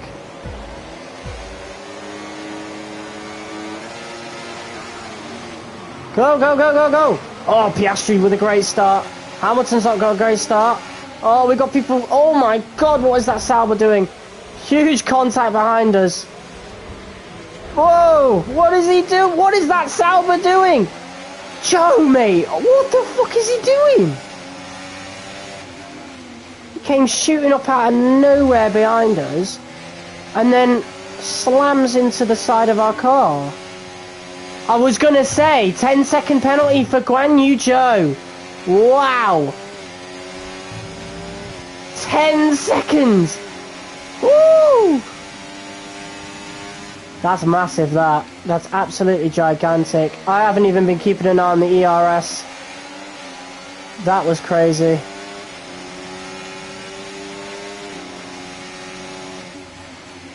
So we're out of the points.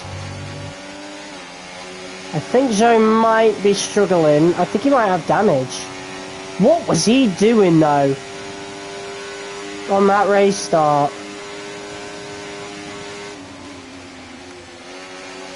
Woeful driving from the Chinese man right there. Let's see if we can overtake him. We've got the flying Finn, Valtteri Bottas behind us. We're in a Sauber sandwich currently. See if we'll go around the outside of Zhou. He's going to defend it. Alright, let's focus now for the rest of the race. Right, he ain't got damage. Okay, DRS will be enabled this lap. You can use it when you're within 1 second of the car ahead and in the DRS zone. There we go, cut him off that time.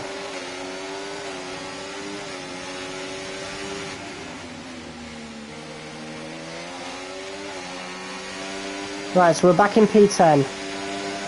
Well, we were anyway, judging by the 10-second penalty.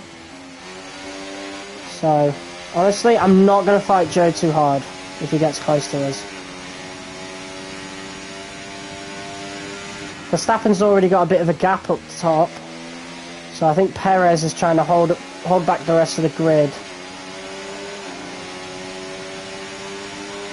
Which makes sense. If it's a Red Bull 1-2, obviously they're going to get Perez to back up the rest of the grid. So Verstappen can just shoot off into the distance.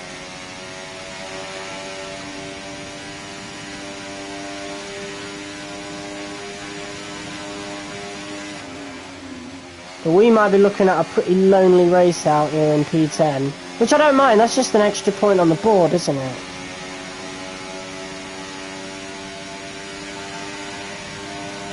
Whoa, look at, you see that?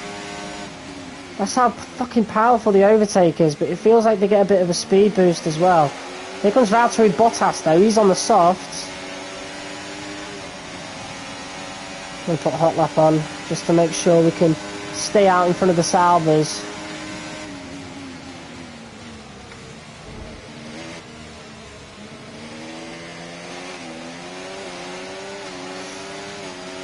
Oh, that's trouble, that. I don't like that at all.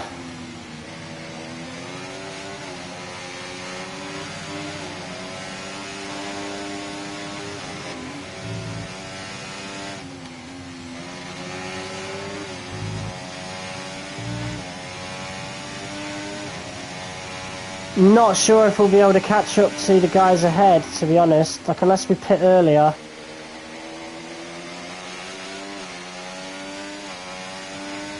We're pitting at lap 8. So we're going to do 10 laps on the hards.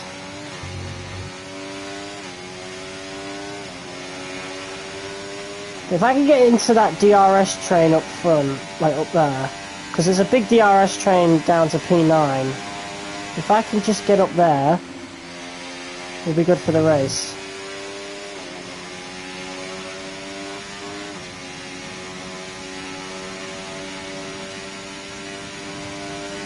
Oh yeah, those guys got oh, that's why they were like shooting up so much the last fucking lap. Because I don't have DRS, do I? So that's why it's going to be extra hard to like keep up with everybody here. Bottas, look at that. He's dropping back by about 0.3 a lap. Well done. He was, anyway. He was dropping back. But now he's not, because he's got DRS. And we're not going to be able to catch up to the guys in front simply because of that. Like, unless fighting starts occurring, it just ain't going to be our day.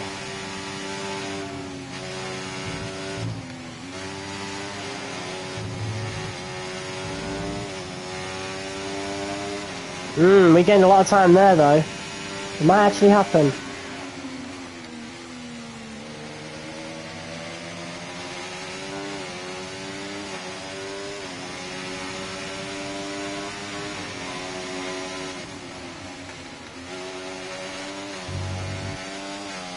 It's gonna happen. Getting really close to Hamilton now.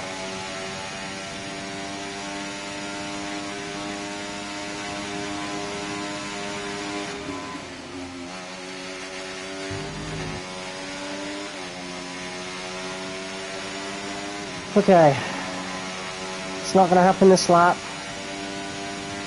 but Bottas is no longer in DRS, so we did some great driving there. Him and Joe are going to be battling. Joe's got nothing to race for though, so I don't know why he's not helping Bottas at this point. In real life, that would be Joe's race done, but yeah, those Sabres are now fighting.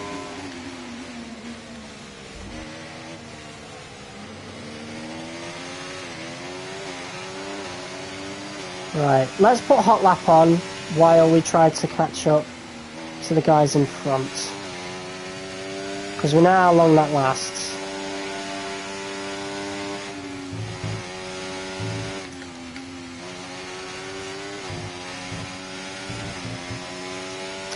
Didn't mean to corner cut. But hey, we're on DRS range now.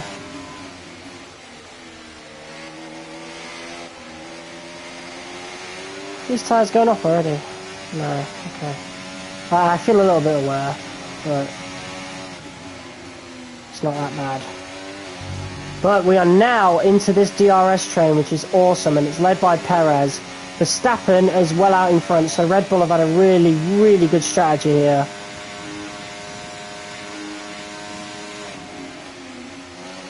We're in DRS range now of Lewis Hamilton.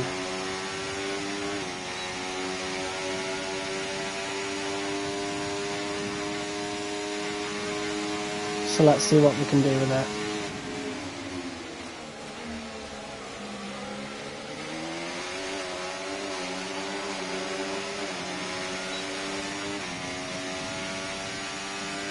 We're approaching the pit window now, and you're going to be on hards next time.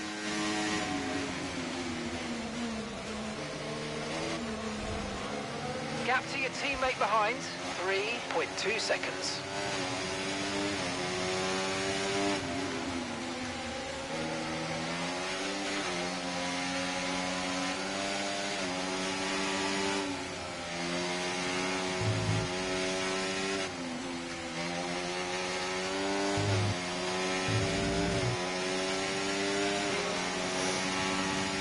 Oh mate, it's going really well so far.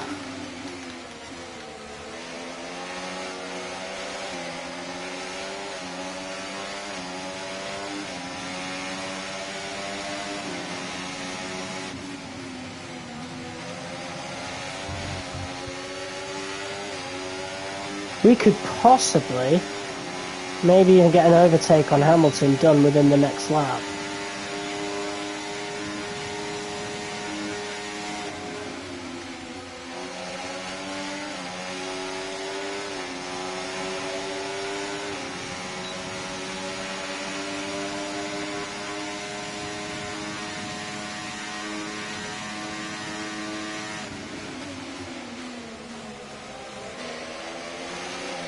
Right, go, go, go, go, go!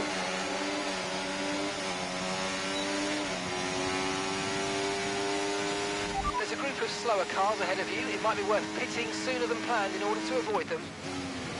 Oh my god! That's awful from us.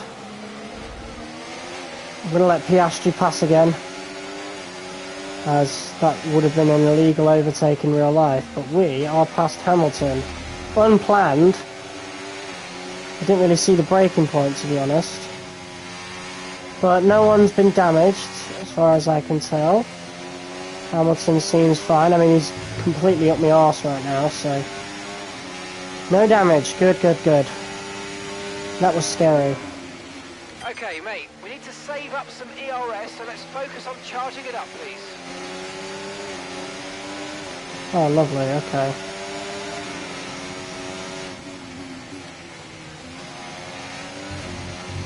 Hitting sooner than planned. That's what they said. Right, let's have you in at the end of this lap, please. Right, so we're going to charge up the CRS. And we are pitting one lap earlier to see if we can get in front of all these guys, because there's a lot of them. And that's new as well. The engineer never used to suggest that. Yeah. Okay, nice work. Really good job with that target, mate. Awesome. Okay. So it will be outlap critical. We've lost about a couple seconds doing that, however, this might be really good. Right, let's see what we can do. Why is Albon pitting the same lap as me? Why are you telling me to pit? In the pits. Alexander in the pits. Why are you telling me to pit sooner if I... Bro, this is an absolute howler from the team. Okay, off we go. Back into the race. That was a fantastic stop. Faster than we were expecting. It's awful from Williams there. Awful from the team. Verstappen pitted earlier. Now, let's get some heat into those tyres. And I forgot to turn the pit limiter off. That could not have gone any worse if I tried. God knows how much time we lost there. That makes the rest of this bloody race critical. Never mind outlap. God, that was just an absolute travesty. Thankfully Alex's race isn't ruined. He is there, 4 seconds behind. I don't know how much it would have affected him.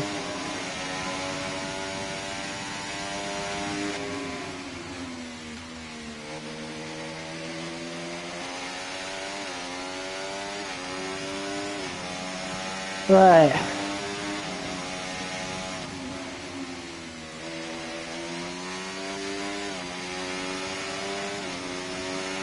We're on the hards now, which I do feel okay with.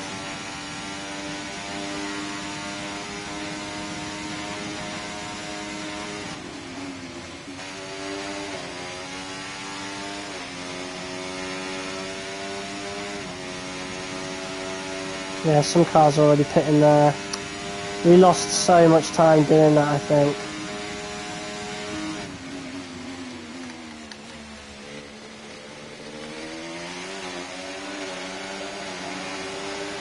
Right, let's see what we can accomplish though.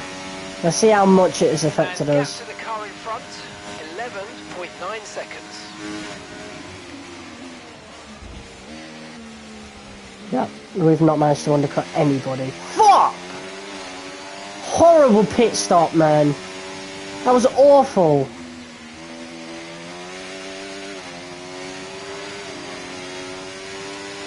So all that hard work on that first The car stint. ahead of you just fitted the hard tyres. Car ahead now on the hard compound. All that hard work on that first stint, out the bloody window. Okay, push, push. Gap to the car behind.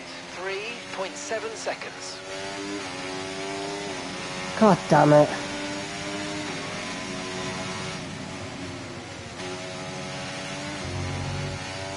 See if we can catch up to these while they're trying to warm up the hards there. Sounds like wishful thinking, but we are gaining, I think.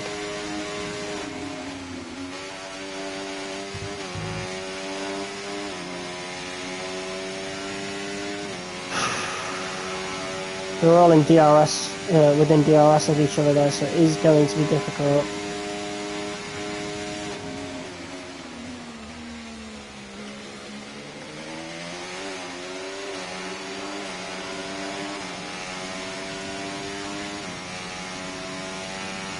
Right, other people pitting? ERS is low, ERS is low. Shut up, I Consider know. changing mode on your MFD, or lift a little with gentle braking into corners to recharge it.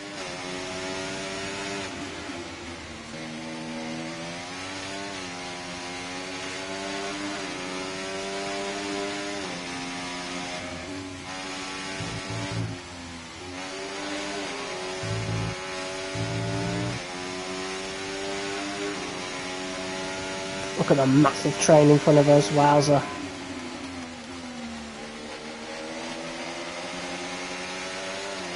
We've made it though, I think. I want to get firmly into DRS though.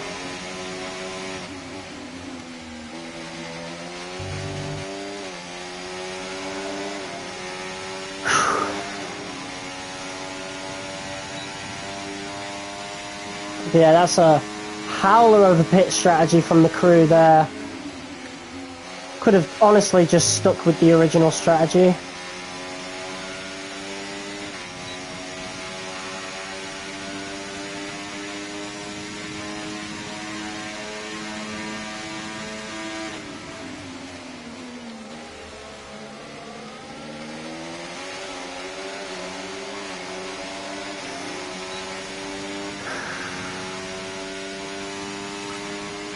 Job. That was the fastest lap of the race so P11, okay.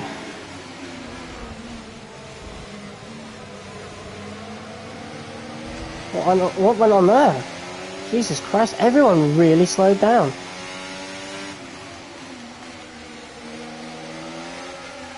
Jesus Christ, Lulu. Fucking Lulu. Piss off. Almost got bloody brake checked by the bastard.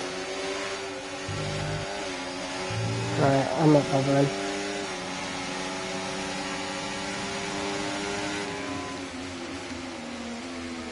See if we can get past Hamilton here.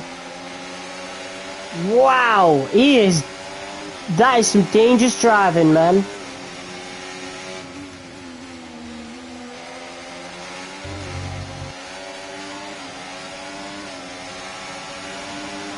Jesus Christ, he's getting right in front of me. So I can't see the bloody brake zones.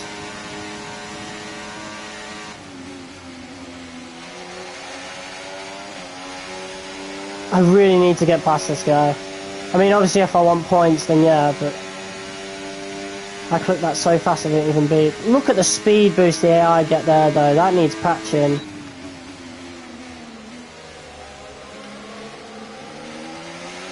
Right, here we go. Yeah, look at that. Oh, we're in the points. There you go, Gasly's pit. The fucking braking, man. I hate the braking in this game sometimes. It just doesn't work. That's the second time that's happened now.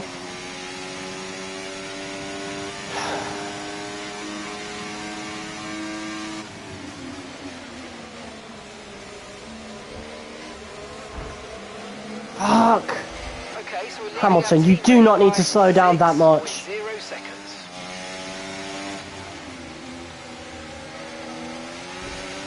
Right, we're turning. Behind is lapping faster than us by around a second a lap. We're turning it down to medium. Save on some ERS.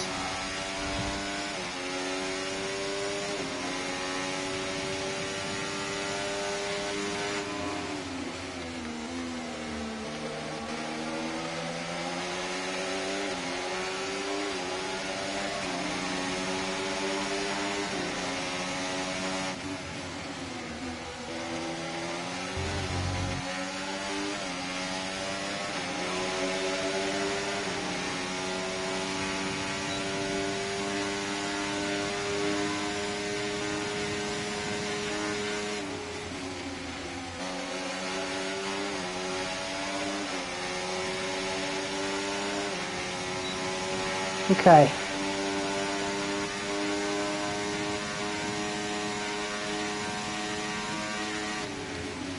Turn it down to none, and then we're going to boost out of that with overtake. But I mean, look at how the AI can speed boost, though. Like, it's a proper speed boost for them.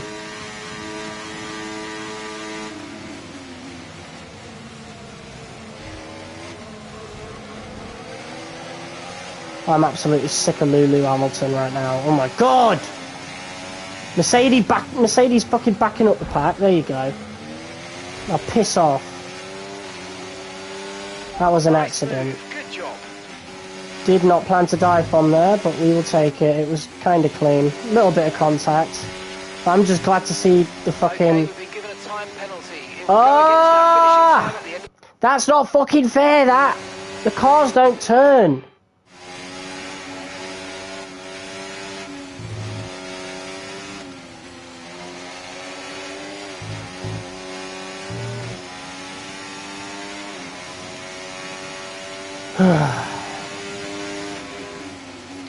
Okay, mate, lap times are a little erratic at the moment. We need consistency, so let's try and stabilise them.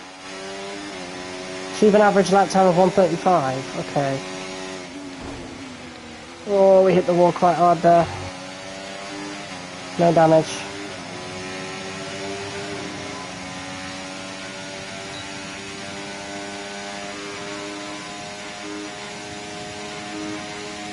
If we get a penalty again, I'm just going to keep it this time. It is what it is.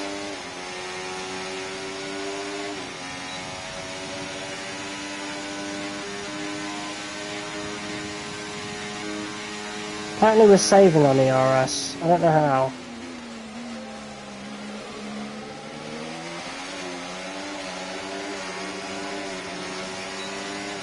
Oh, there's some movement going on there.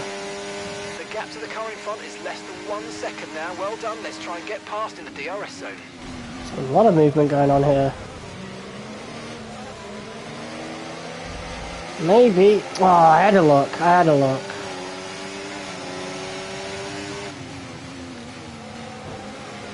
Oh, that was very fine. Just the smallest gap. We even hit the wall, but we made it. There's so much fighting going on here.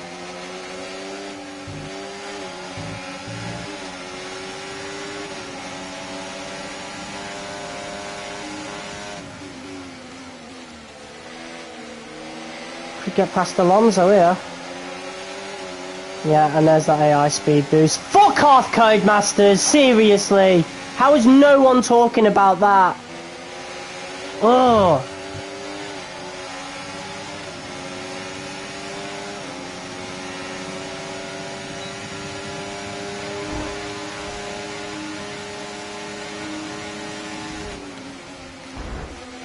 What is this AI doing? Give me space, dickhead. All the time you have to leave the space. Here comes Alonso.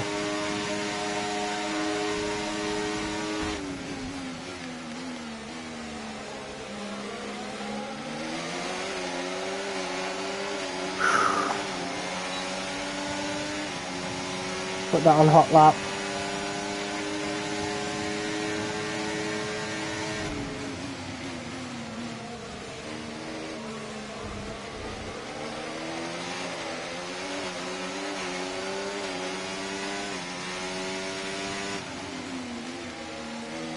God, there was so much fighting that we've actually ended up in P7 right now.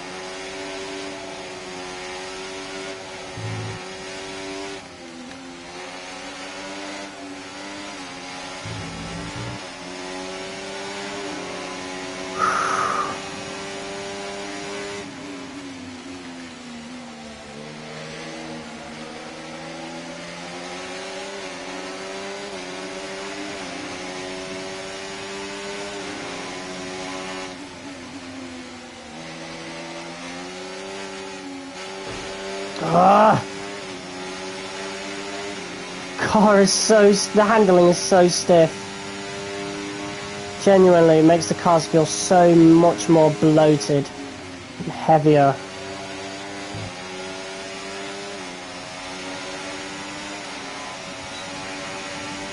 Shit.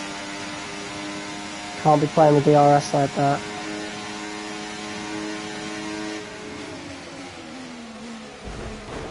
Oh my god. Jesus. Alright, now we're in trouble. I'll put hot lap on, try and keep Piastri behind. 0.0 seconds.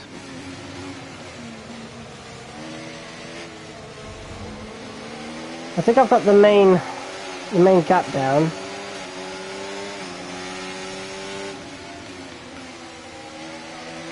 I can't be doing that objective when I'm in a fight like this, you know?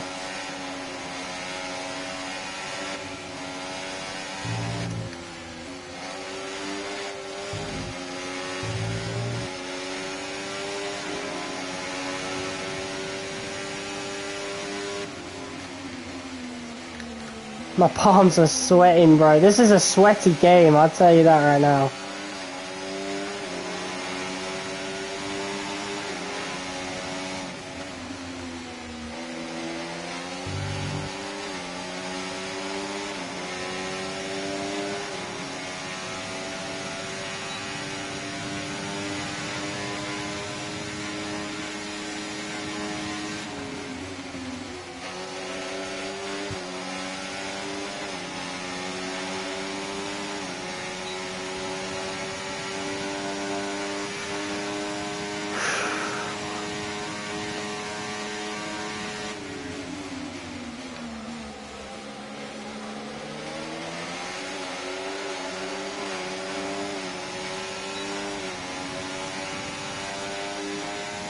Mate, you made that look easy. Nice work. That's why I love working with you. Smashed it. Nice, and I wasn't even trying. Oh, Perez has fallen. Leclerc's in P2, Russell P3, from what I can see. Right, let's put hot lap on for the rest of the race now.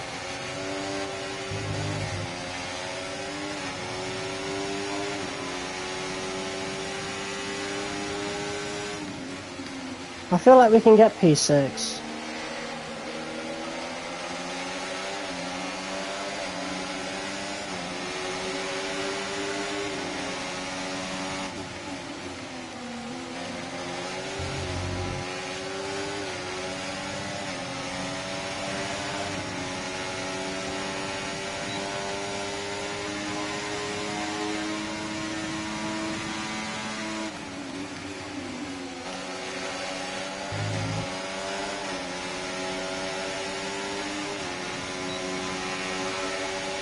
Look at that speed boost. That's so artificial. That's not overtake. He's fucking saving. He's harvesting. That speed boost is so artificial and unfair. Why is that a thing now? Was that a thing in F122 with the ridiculous AI straight line? I'm using overtake, dickhead. Where is your speed boost coming from? Because it's not slipstream. Oh, hello. Yeah, look at that. What is that, bro? You're not even on the racing line.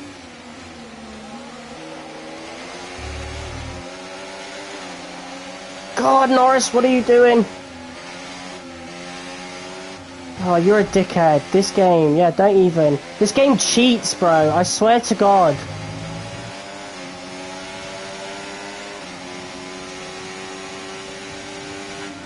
It's like they get, like, a level above overtake on certain sections. You know, like FIFA scripting. Like, I feel like this is that, like, our version of that.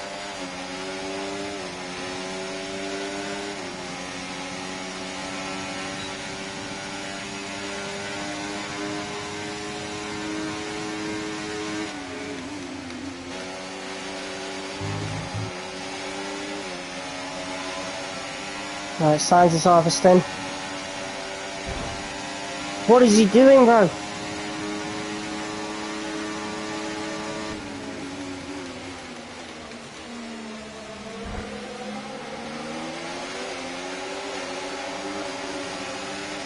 We could catch Perez here. Oh, you lucky bastard. Oh. This game is sweaty, bro.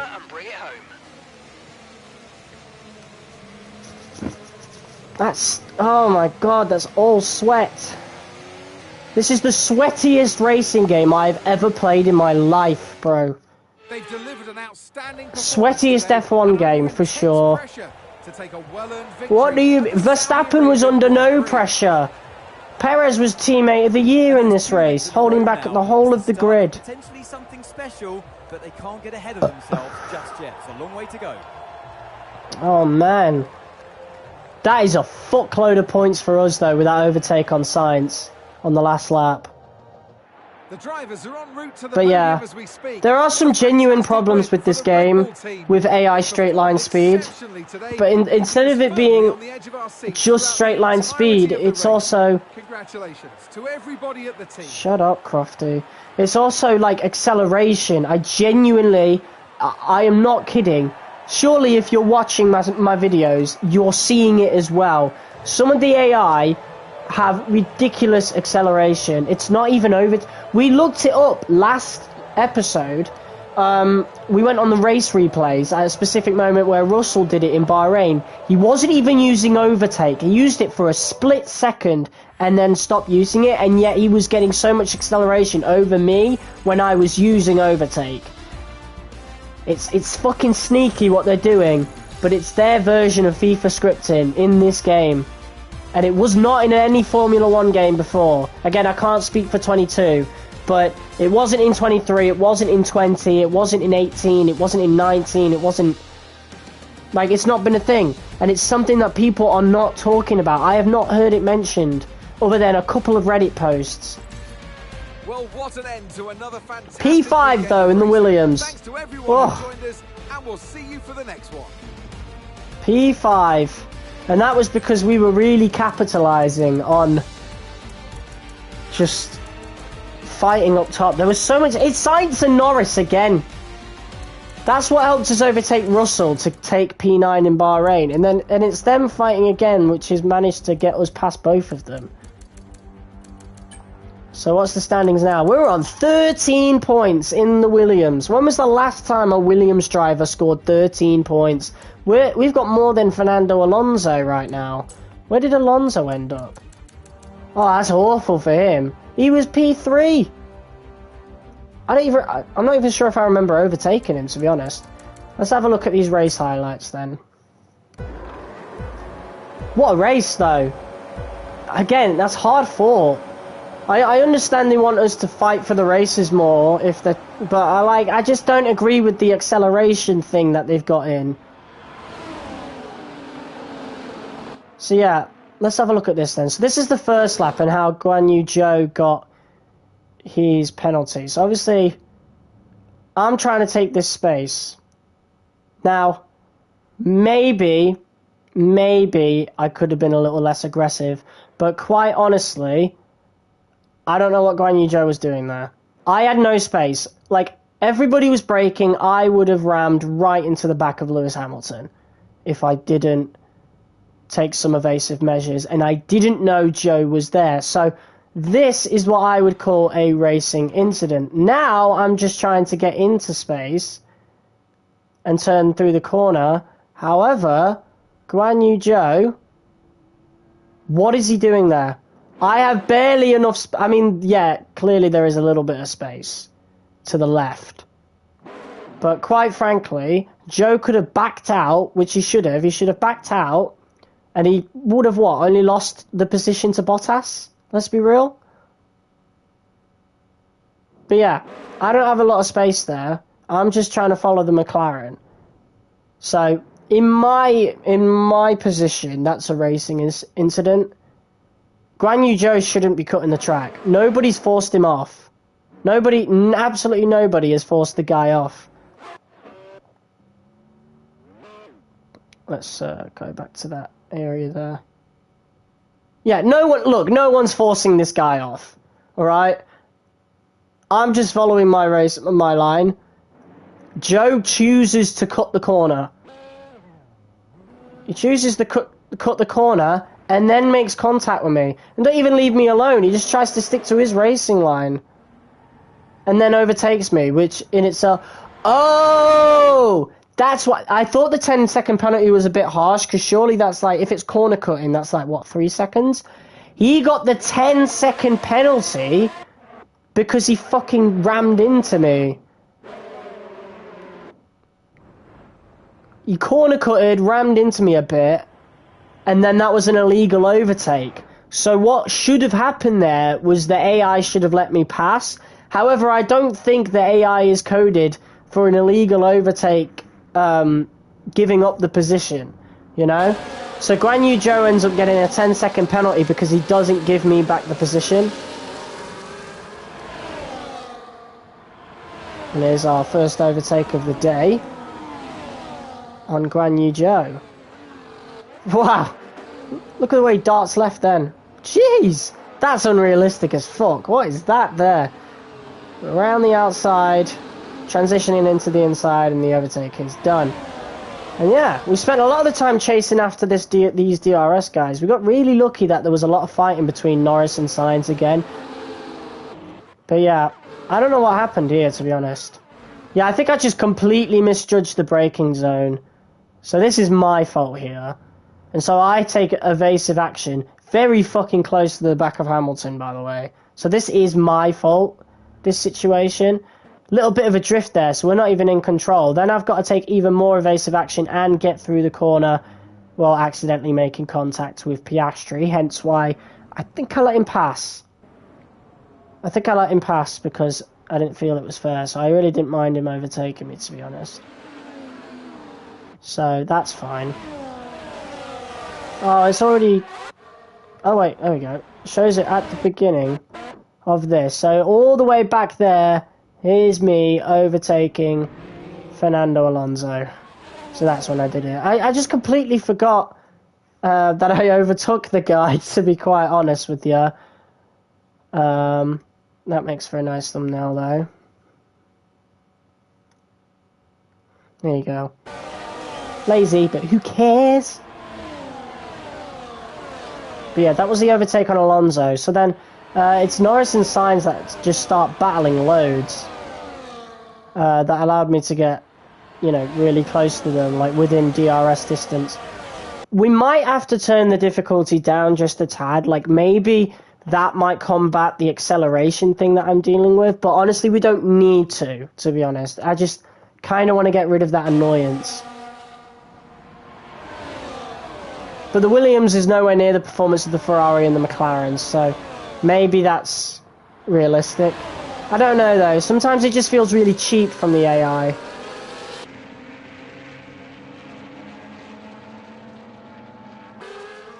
Yeah, our overtake of Norris, or at least I wanted the overtake.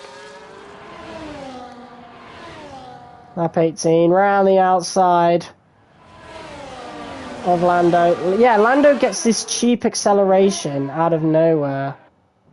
Because look, we're side by side here.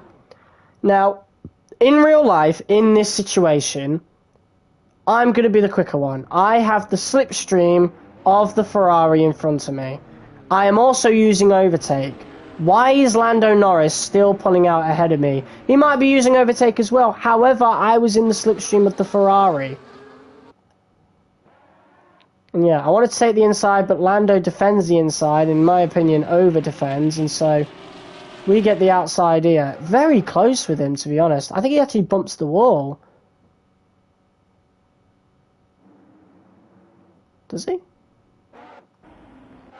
It looks like he does, but then when I put it in slow motion,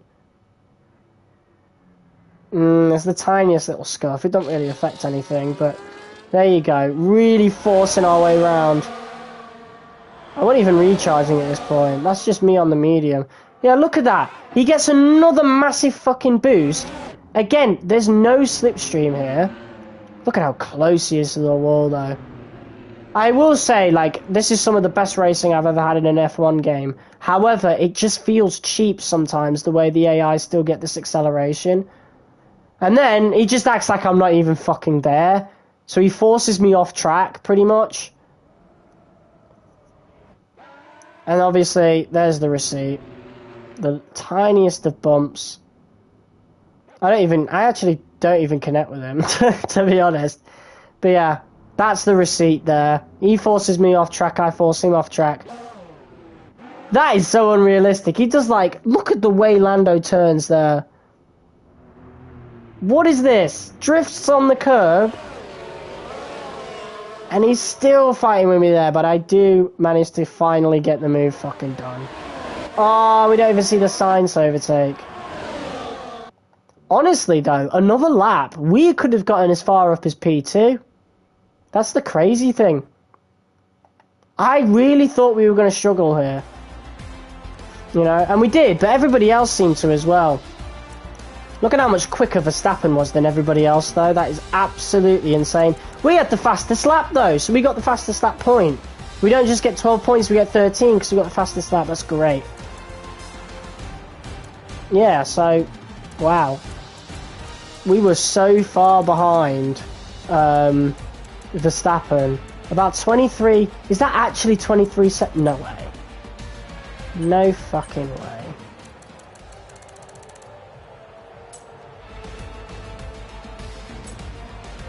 He might have actually finished 20 seconds ahead of everybody because of the way Perez defended. It fucking is. It's 22 seconds.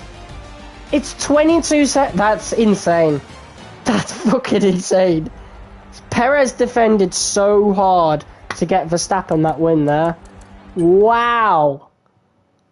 Extracurricular. What's that trophy for? Complete 4 specialist goals in a single race weekend. Awesome. Mate, I don't even think I want to stop playing. I think we might continue for another Grand Prix. I'm really enjoying this. Oh, should we continue? Should we do another Grand Prix? I think we do. I'm really enjoying the game. I will say that right now. And it's Australia, so we've got an easy track now.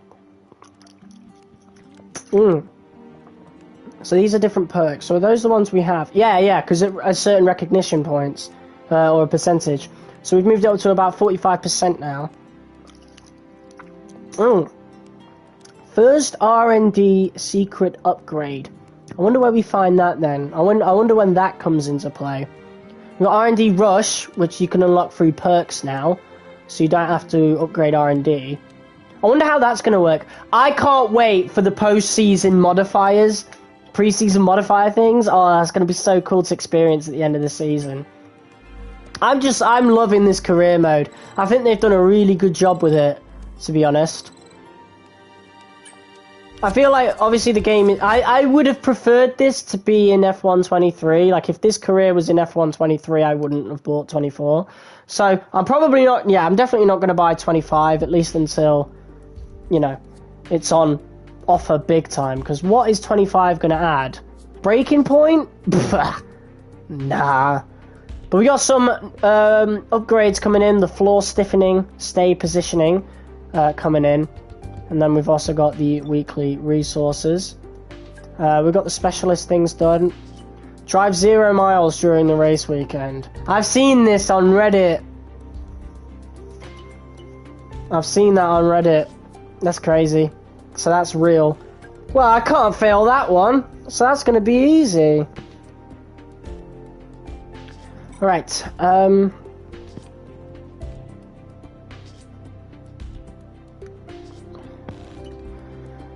Wind tunnel engineers here.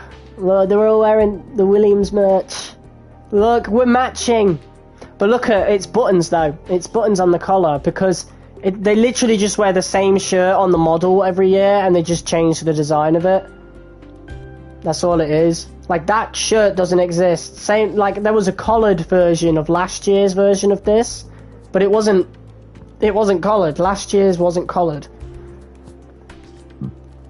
So achieve an average corner speed of 106 miles an hour, complete any session with the fastest lap. Let's do this one.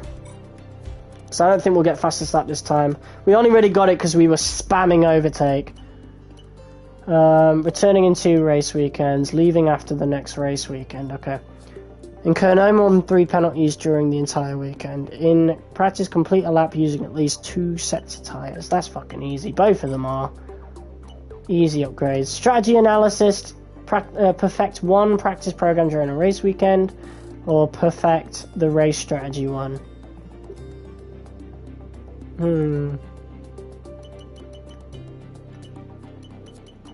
Either one of them, we could do that. But I'll just do that one in case. I love the theme music. The new theme is really cool.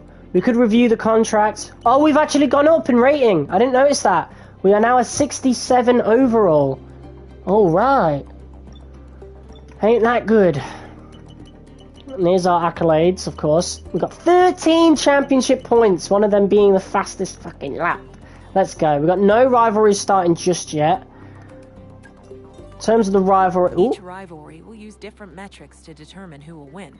The teammate rivalry uses various metrics displayed here, and whoever leads most of these will be classed as leading the rivalry. Right.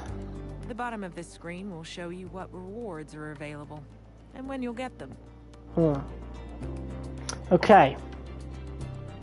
Oh, this proves to me that the racing overalls are also its own model, and then everything else is tacked on, because obviously the Williams Racing and the Duracell is a bit more to the left.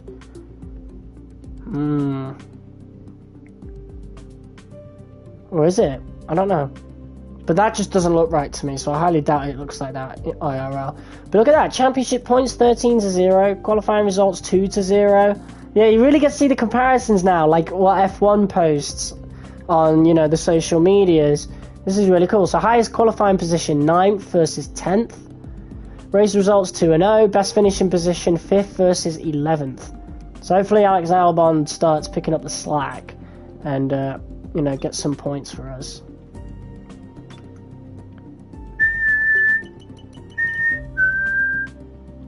This is definitely based on I think it's the F1 2012 theme. It was already remixed last year. Mate, I miss those themes. I can't believe they replaced them with some really generic house beats, you know, slow house beats or whatever you want to call it. I just don't like it.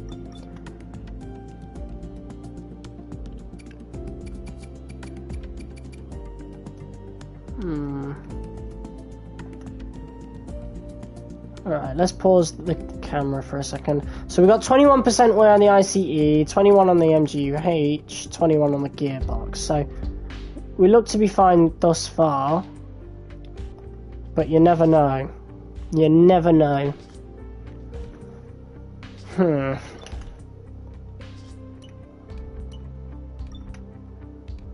Honestly, though, this is really good.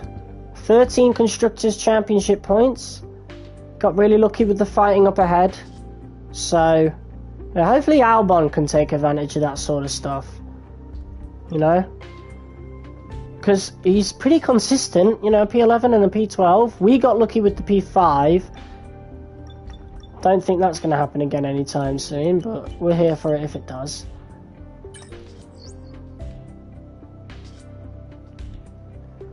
But yeah, now's time for the Australian Grand Prix. Okay, mate, I'm pleased to say that our new parts have come through without any issue, so they'll be on the car, ready for the next race weekend.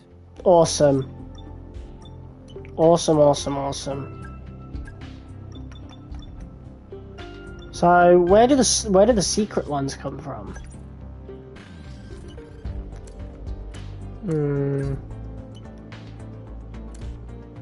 Wow, Albon's already started developing that one. Bro was quick with it, like as soon as it arrived.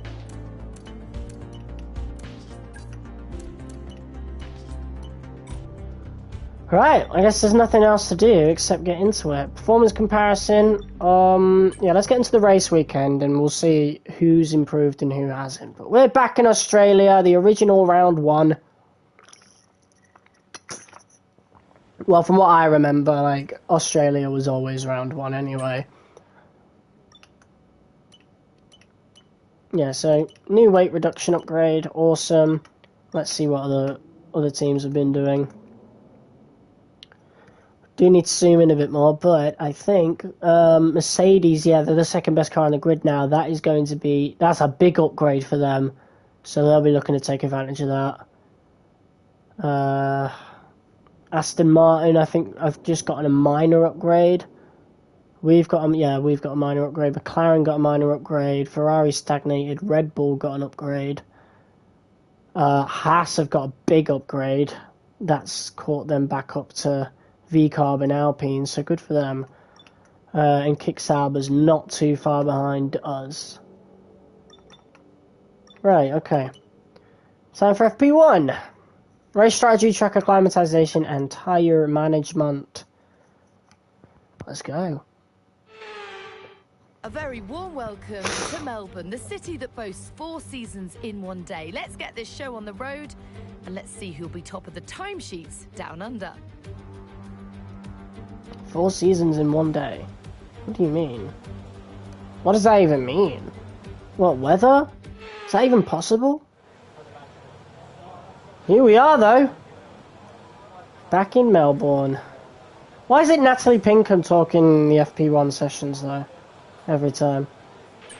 We're going to be logging some extra data during this session. Nothing you need to worry about, but as we have some new parts on the car, we'll just confirm they're performing to spec. Don't push the car just yet. Track is still green. Try to take it easy for the first couple of laps.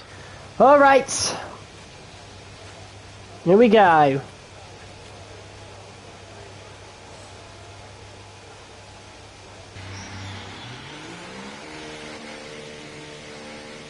Oh, we're here, baby. We're here for it. Welcome back to Melbourne.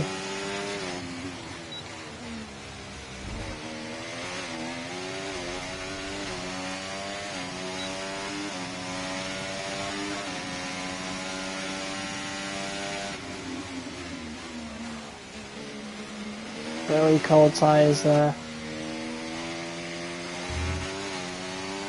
Hopefully Albon doesn't crash out in this Grand Prix again. As he loves to crash on this corner, doesn't he, in real life?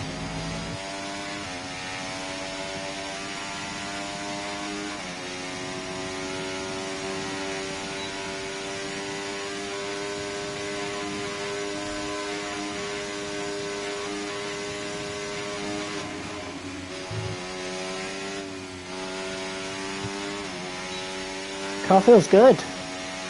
Considering these are on the hards, that's a flex. It's fucking awesome, that.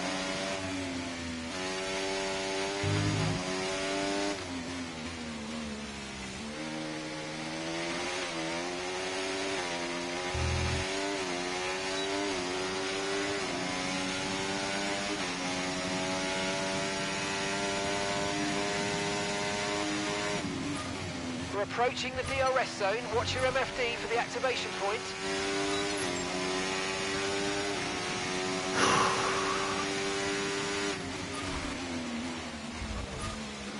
That didn't sound healthy. Oh, well, apparently we're okay though. It sounded like some tyre ripped or something ripped.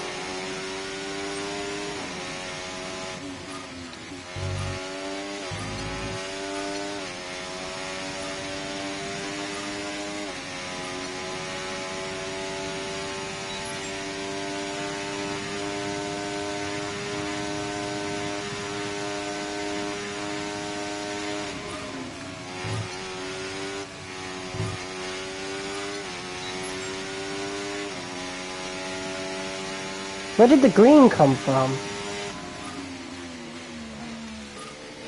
We got a green gate somewhere. After the first DRS zone. Ah, fuck off.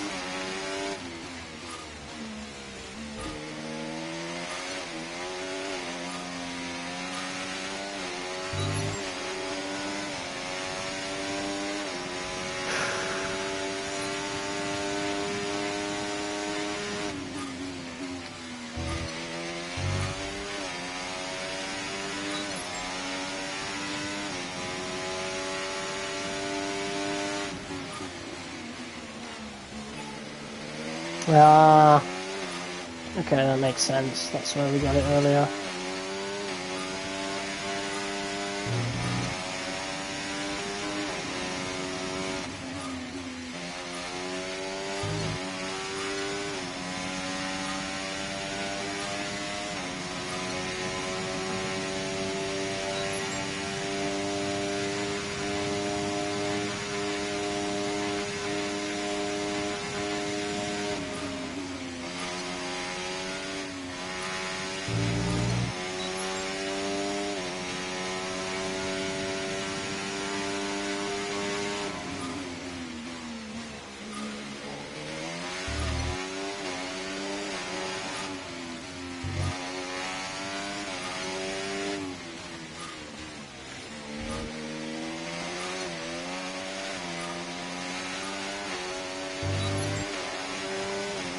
Setup feels good already. I don't think I'd change anything really. Maybe put the brake bias back down to 50. But other than that, I think we've already got our setup for the weekend. Seeing as these are the hards and I already feel this good on it. On them, so not worried. Let's just try and get all purple sectors now. All gates rather.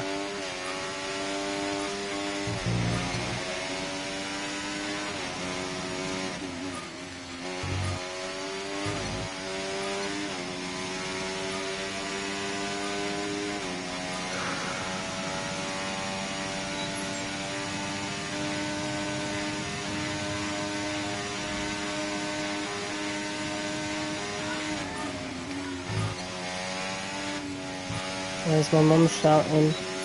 My brothers? I could barely hear them, to be honest.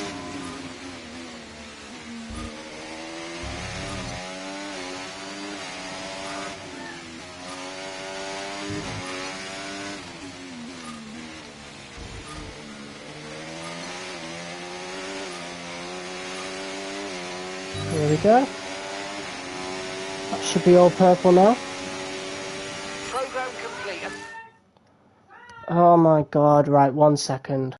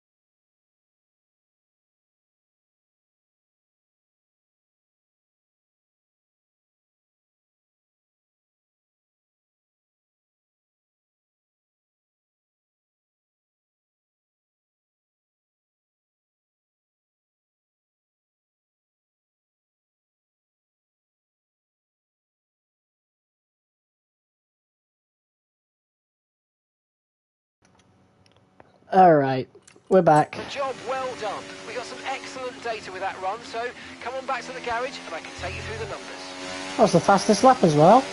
Awesome.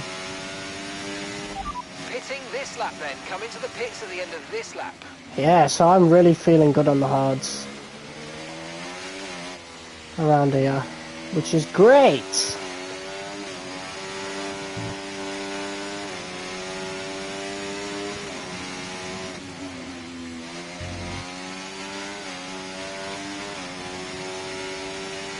Okay, we're low on fuel. Box in the next 2 laps, please. I know.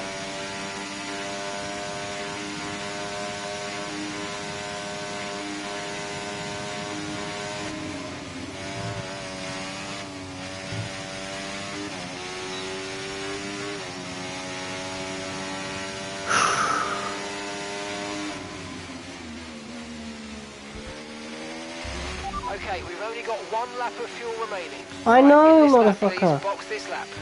I know. When Shut driving up. with the pit assist disabled, you'll need to be mindful of your speed when entering the pit lane. If you hit the limiter line too fast, you'll pick up a penalty.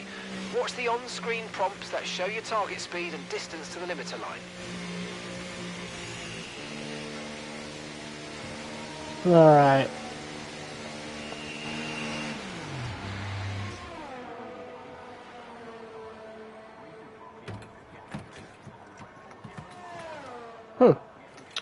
That was a really successful practice program, that to feel that good on the hard tyres. That is an achievement. And bodes really well for the race. But of course other drivers can feel like that. But it's got Puma cargos on, did you see that?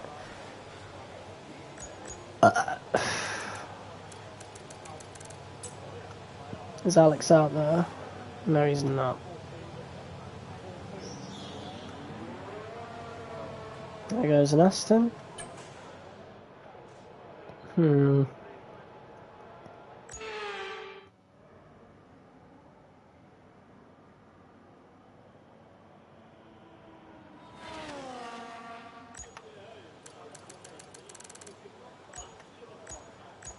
Right, so I guess tyre management's next. Huh.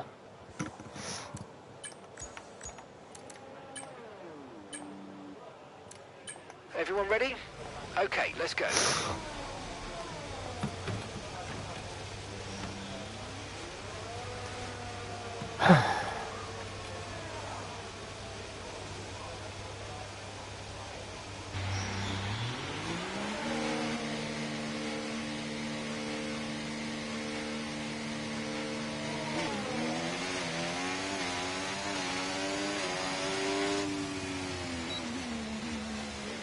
No flags.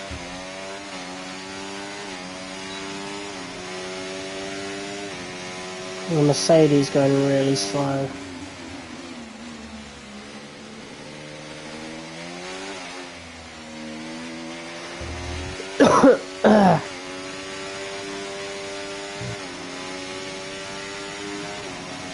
Temperature's so important for your tyres. Cool down laps are now vital after a push lap so that we don't light up the rubber too much. Not to mention recharging the battery. True.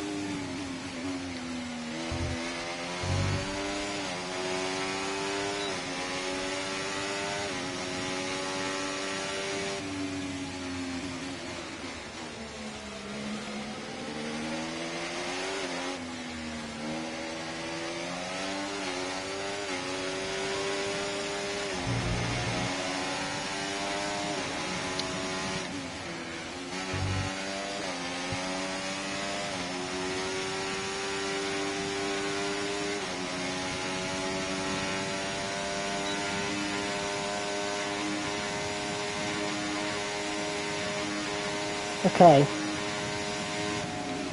So the tyres don't like sector 2. Noted. They don't like that section neither.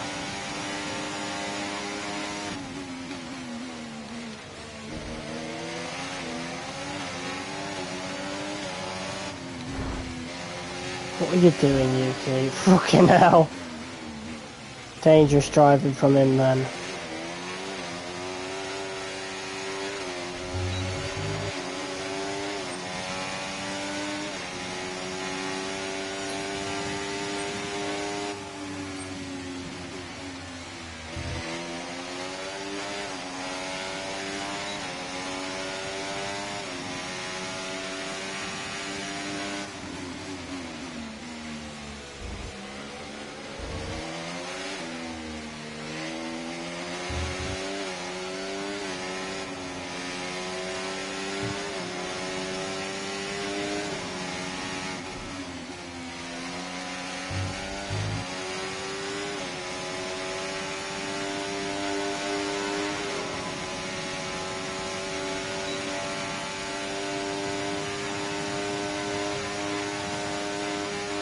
What is Lando trying to do?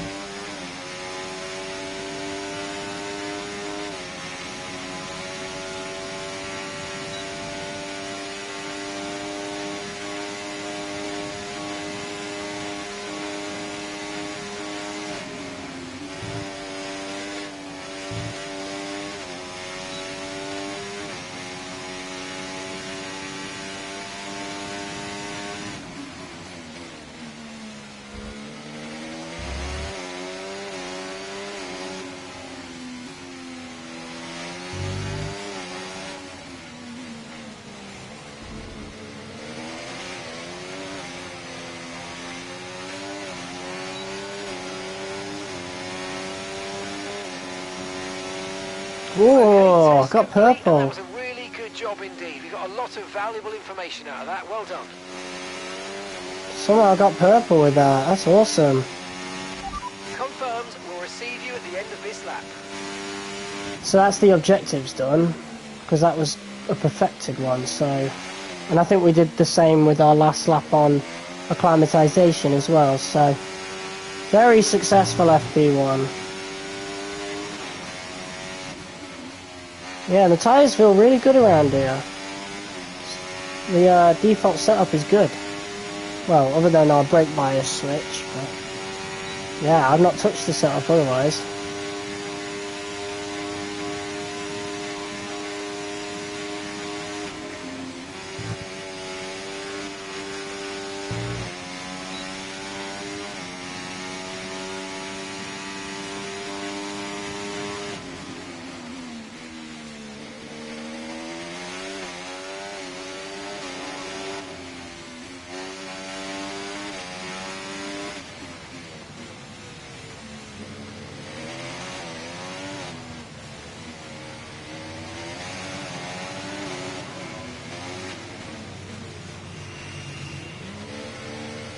I want to practice that because that's a very different pit lane. The pit lane line is actually a lot later than you might think. So yeah, and I definitely don't want to make the same mistake I did in Jeddah. Because I was really lucky the race went the way it did with all that fighting in front of us. And we were a little lucky with that as well in Bahrain, so that's not going to happen every race. It just so happens that it's happened at the first two.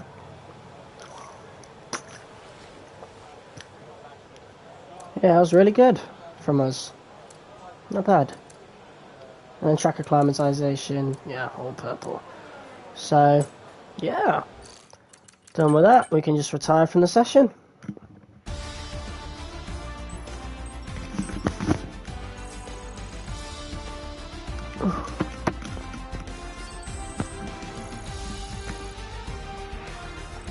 Alright.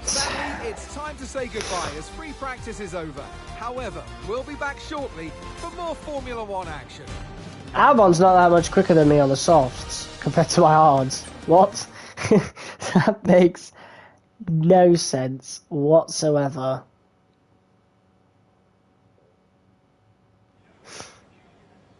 Alright. Practice 2, baby. Let's actually have a look at R&D first. See if there's anything new that we can get.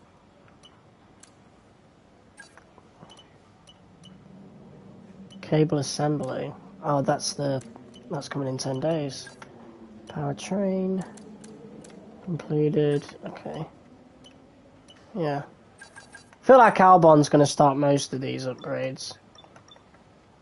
Target is 70. Right now we're at 67. So we've moved up 1 rating for each race. So we're going to hit that 70 like easy.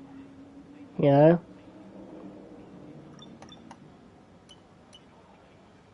So we could actually end up pushing it to 75, funnily enough. Yeah, because that was the maximum, right? So we could still go with that. We could still very much do that.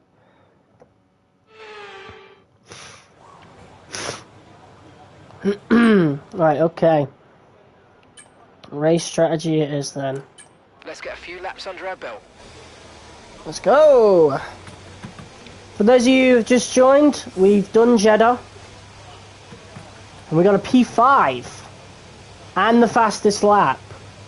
Because we were using the fuck out of overtake. So, yeah, 13 points came out of that race weekend. Not bad.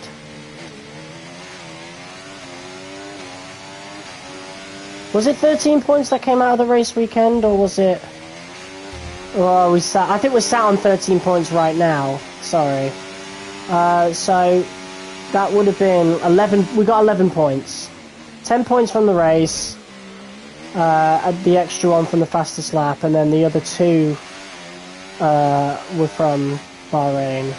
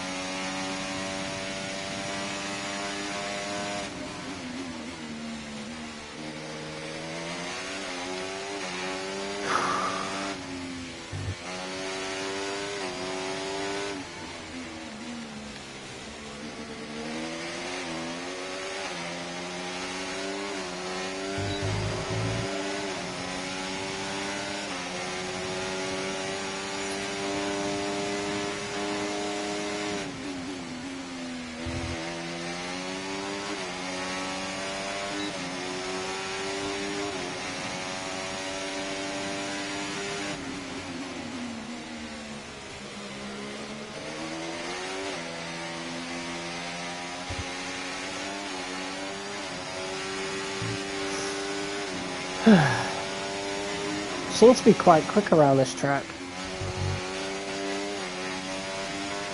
Like, really quick.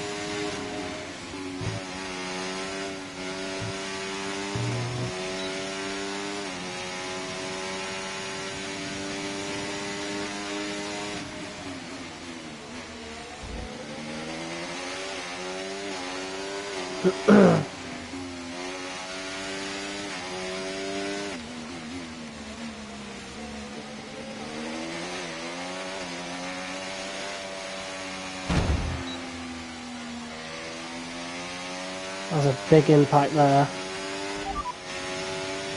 Okay, no need to worry about tyres anymore. This is the final lap. Just bring it home. Let's go. Push, push.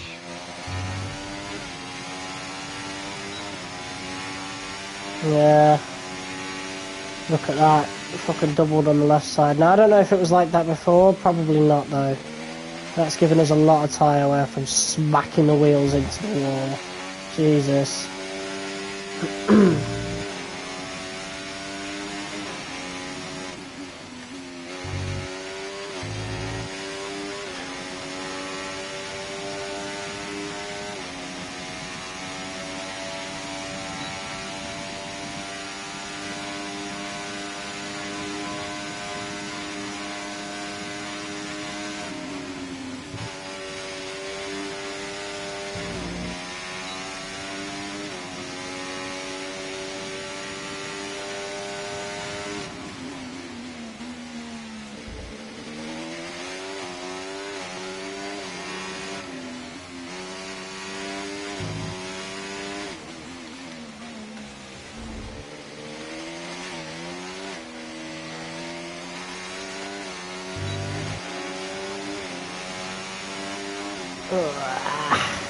Program complete and a job well done. We got some excellent data with that run, so come on back to the garage and I can take you through the numbers. Understood. Stopping this lap.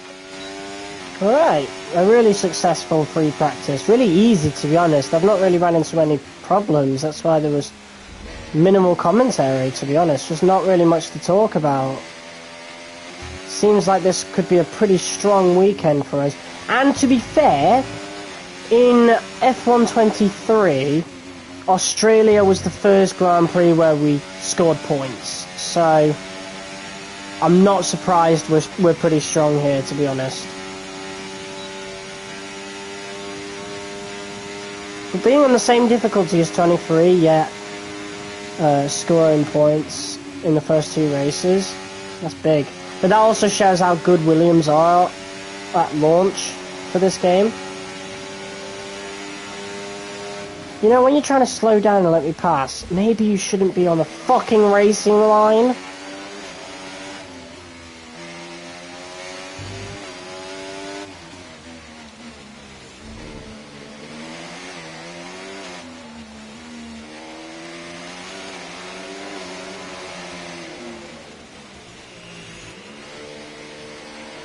Alright, that was a good entry, that. Boom.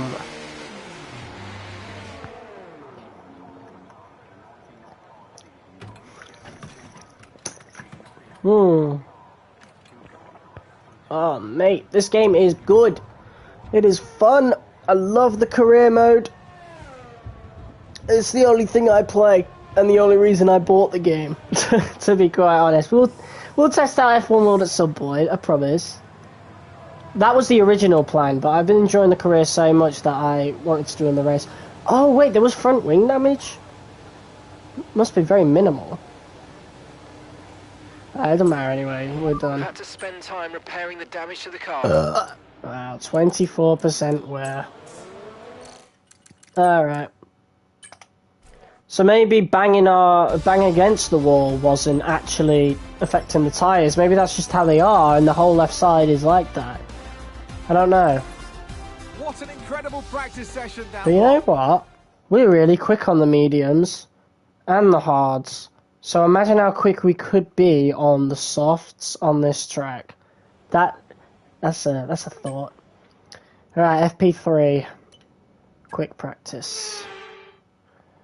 Let's do track acclimatization.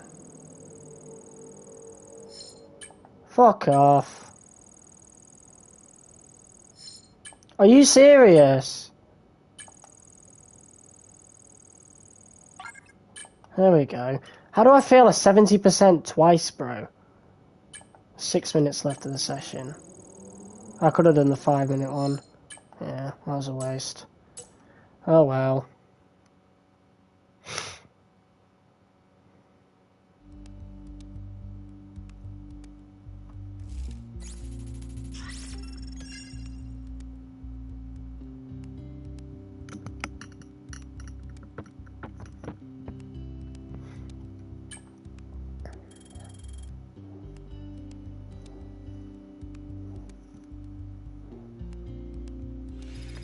Nice. That's a lot of experience points there. And we're the lowest for experience. Obviously, since we're the rookie driver for this season. Alright. Time for quali.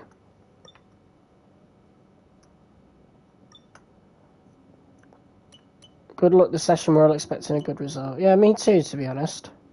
There are a few tricky spots on the circuit here. In particular, be careful at turn 5. The curbs are high, and if you take too much, you'll spin right off the track. Also, watch the speed limit in the pit lane here. You'll be flat out on entry. Okay, so we can be flat out. Good. Finally, don't cut turn 10 too much. That's the fast right at the high speed chicane. There's time to be found here if you keep your foot in, but first, it's easy to unsettle the car, and second, it's easy to get a penalty. You got to find that balance, okay?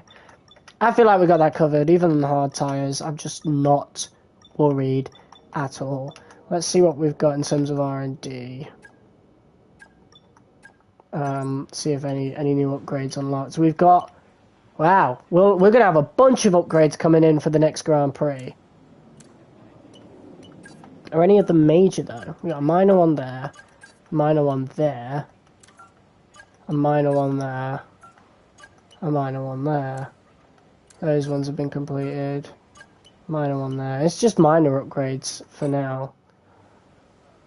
But, yeah, it's looking really good. And we'll be on par with Aston Martin, providing they don't upgrade as well, but they will. But, yeah, this is really good.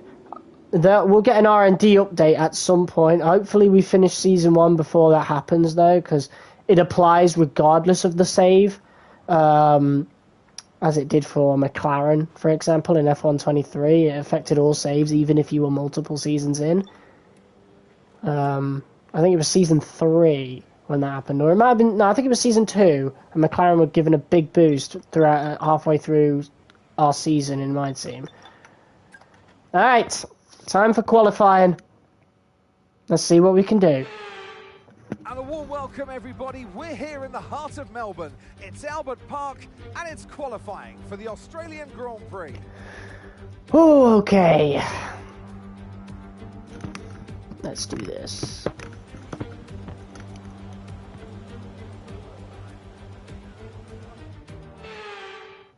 What does that even mean? It's a wave, right? Like some kind of wave. Oh, that one's going already. I heard a clicking to the side. Albon's out for quali.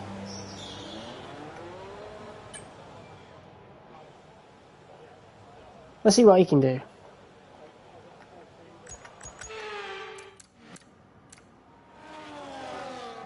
Here he is.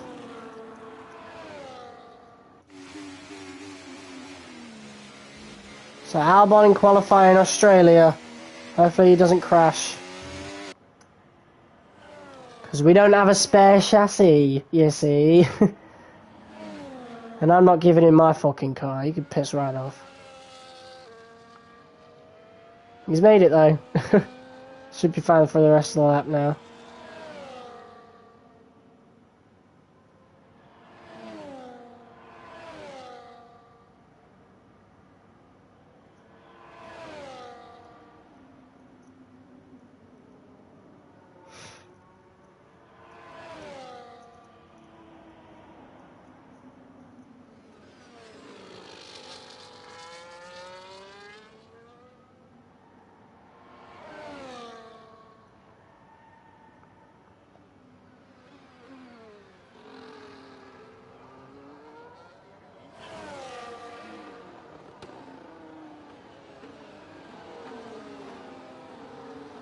.119.6.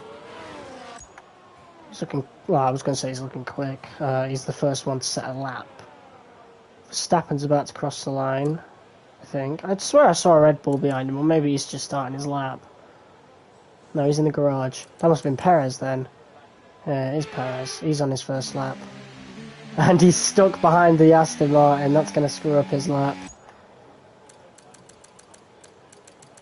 And who's that? Probably... That's Alonso. Alonso was in the way.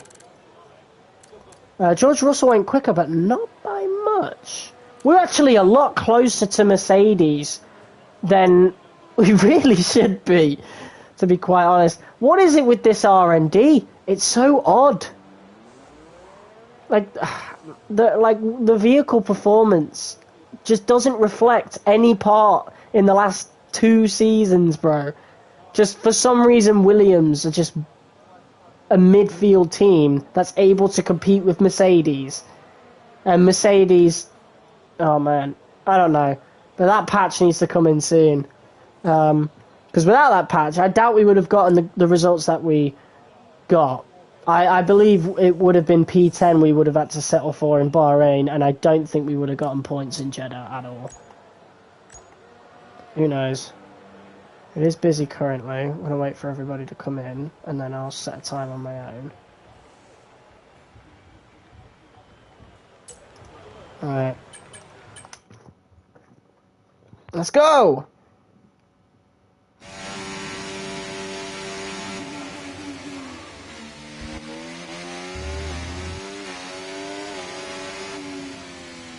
Alright, let's see what we can do. We've dropped to P20. Shut up, we ain't dropped anywhere. Ain't even set a lap yet, mate. Right, so this is our first lap on the softs, mind you, I think. So let's just see what we can do.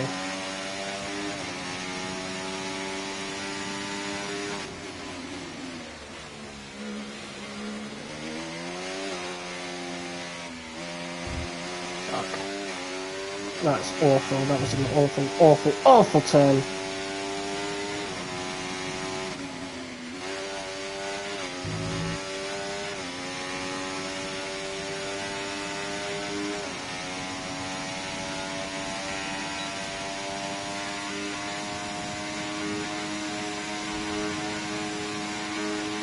Right, let's nail this chicane.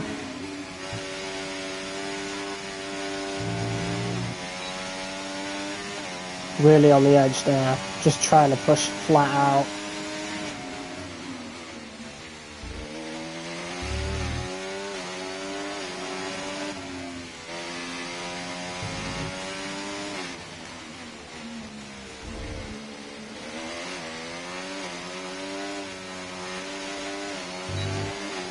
Had to lift on the final corner there, that was just a really rough lap. P10 though. Not that far off of Albon at all. That's really good. Okay. Not what I was expecting, but I shall take it. Albon's going for a lap now. I am worried that I won't get out of Q1. So I'm going to set another lap.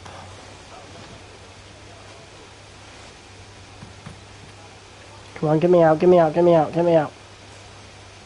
Get me out! Alright. People are coming out very, very, very soon.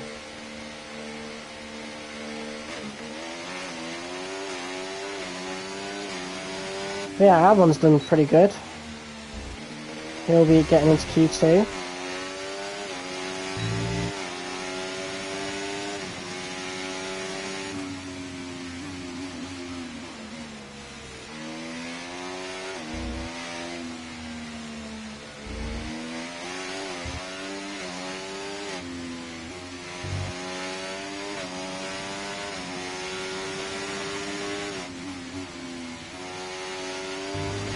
I just was not satisfied with that original lap at all. And I don't want to do what I did last race neither, because, you know, I just don't want to risk it. I didn't feel confident in that lap, so I feel like we'd get knocked out if we didn't do another lap.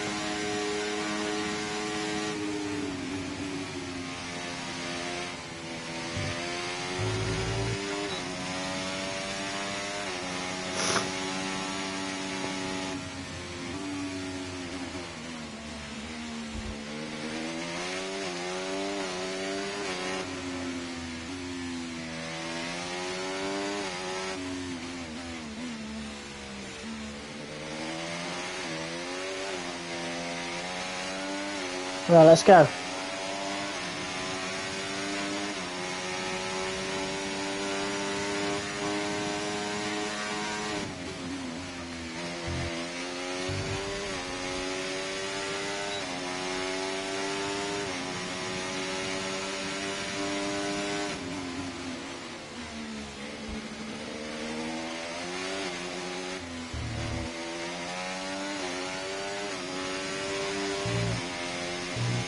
There we go. That corner we messed up earlier, we nailed this time.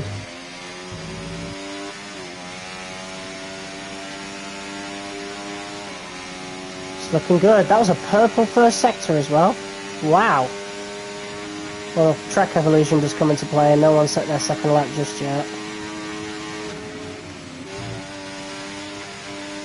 Wow, that reacted quick. What was that grip? I don't know, but it gave us a fuckload of time. Jesus.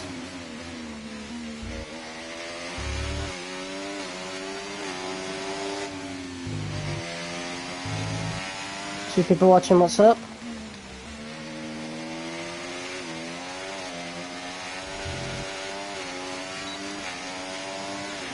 That was a really good lap. That will definitely get us out of Q1. 2 tenths off of Verstappen, but that's probably his original lap.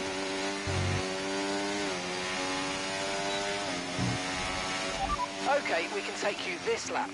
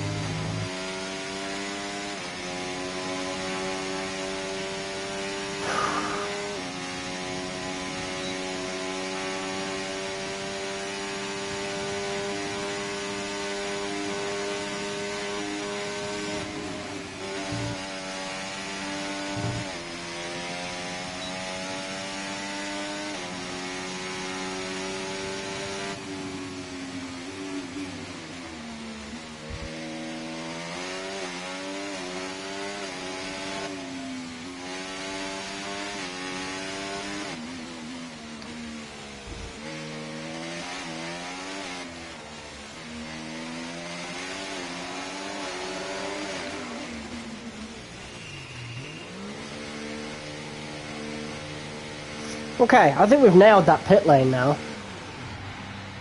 I think we've nailed the pit lane entry. I am really happy with the way we entered then. And that's the only thing we really need to improve in our races, and also stop overusing overtake at the beginning of the race. Fuck off, is that P2? No way. Well, wait, it's only Q1. I did forget for a minute. So, yeah, that's fine. Right, that's nowhere near representative of what's going to happen, but both Saubers made it through. Gasly makes it through. Tsunoda 2 tenths off. Both Hasses at the bottom. Yeah, I can't wait for that R&D update because I think it's needed. The vehicle performance thing. Because it's nonsensical. There are cars that are just in completely wrong positions, like Williams, like VCarb, so like Mercedes as well. The Williams is nowhere near the Mercedes on the grid. Why is it directly next to Mercedes on the grid? Like, makes no sense. Okay, let's see what we can do then. Obviously, we want to make it to the top 10 shootout, but I also want to save a pair of tyres, a set of tyres, because, you know, yes, it's reserved for Q3, but that's also the one that we would use in the race. So we didn't save one for Q1, so I think we're going to set a banker lap, and then come back out and set a proper lap to see if we can make it to the top 10 shootout. So. Yeah, ignore this lap, it isn't representative of pure pace. It's just to get a time on the board.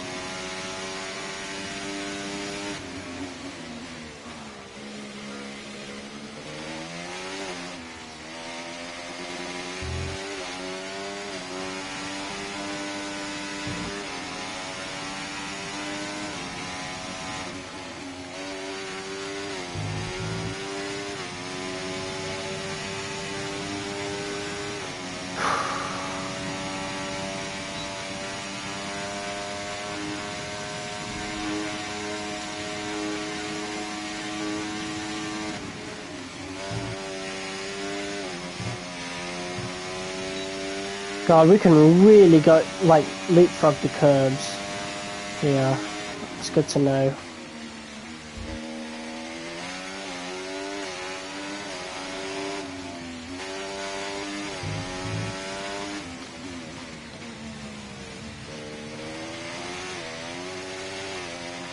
And we've dropped to P12.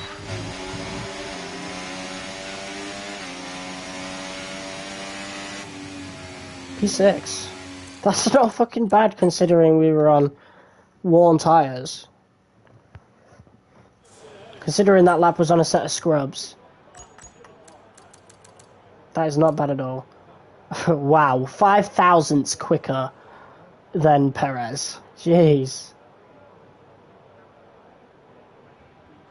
Yeah, he's slower across the whole track apart from Sector 3. That's good to know. But we don't know whether he's on an old set or not. Albon's doing his lap. Crossing the line in P7. Good for him. He's looking quick as well, you know. Only 2 tenths off, though. So imagine what our lap could look like. It's 21% wear now on those ones. Alright, fresh softs, baby.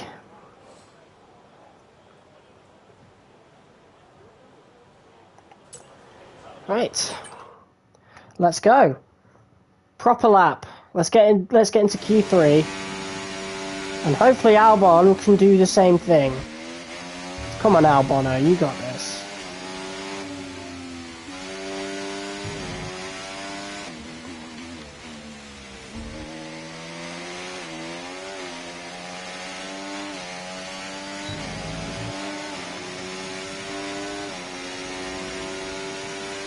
Alright, some people are coming out of the pits now.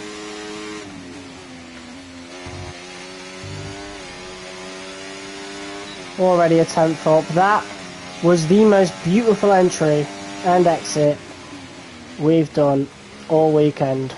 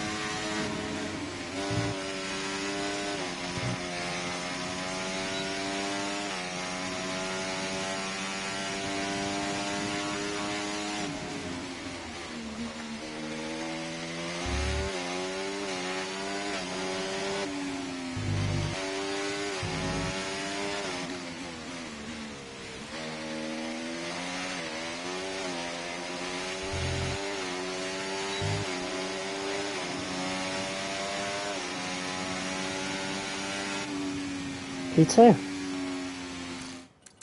Wow. We are really strong at this track, aren't we? Wow.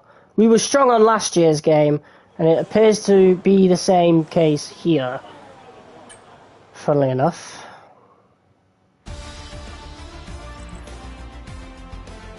Oh, Albon got knocked out. P11 for him. Look at that. It's because of Guan Yu Zhou. Zhou in the Sauber has made it to the top 10 shootout. That's insane. Wow. That's a bit of a surprise. I would have liked another double Williams top 10 shootout, but P11's not bad for Albon, and I feel like he'll definitely be quicker than Guan Yu Zhou, so I'm really not fussed. Right, we are just going to set one lap. We're just going to set the one. Save that set of softs for the last one. So we're going to skip to about 5 minutes. Let's go! Right, so we got P2 in both qualifying sessions so far. I don't know if that's representative of the Q3 times. We'll see. The AI usually save their best lap for Q3. Always. In every F1 game it's been like that. So, it'll be the case here. So weird to see a Sauber in top 10 shootout though. That'll never happen in real life. 3 minutes to go. Well, it might, who knows, but I doubt it.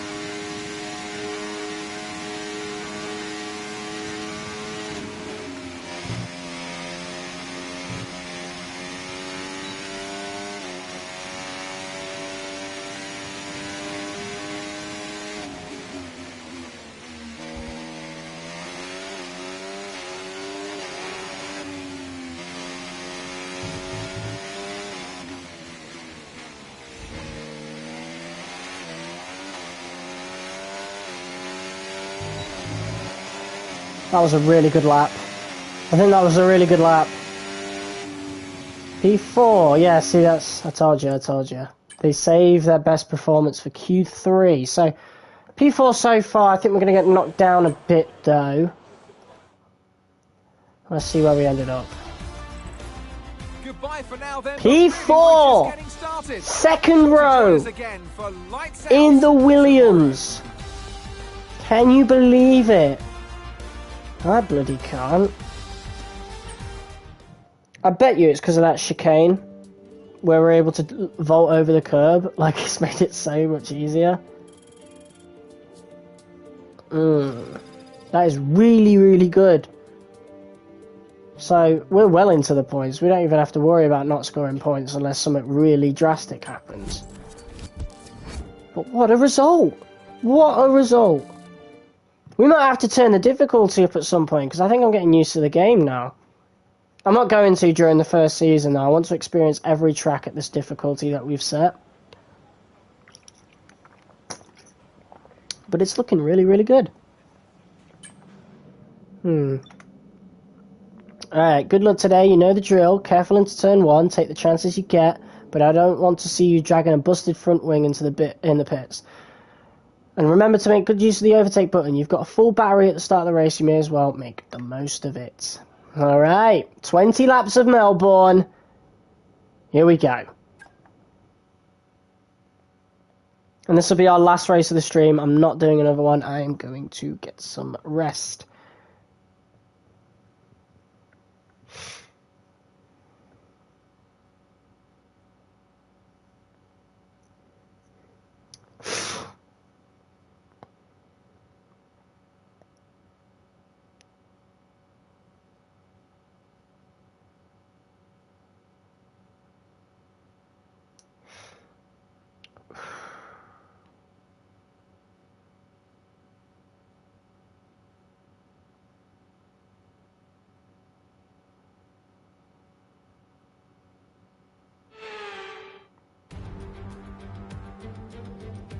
You can hear the Australian fans roaring as they line the track here in Albert Park. Welcome to Melbourne, and the roar from the crowd can only mean one thing. It's race day. Oh yeah. We go racing today then in the state of Victoria, where the drivers have 14 corners and 3.28 miles to navigate at an average lap speed. Why does my of fringe want to go 120 curtains? miles per hour. Close proximity of the barriers make accidents inevitable. Recent history shows us that a safety car is not at all out of the question. Well, let's bloody hope we don't get Take one. a look at our starting grid for today's race. Max Verstappen put in a fantastic lap yesterday. Another and Red Bull starts in lockout. position, Wow. edging out Sergio Perez, who lines up P2.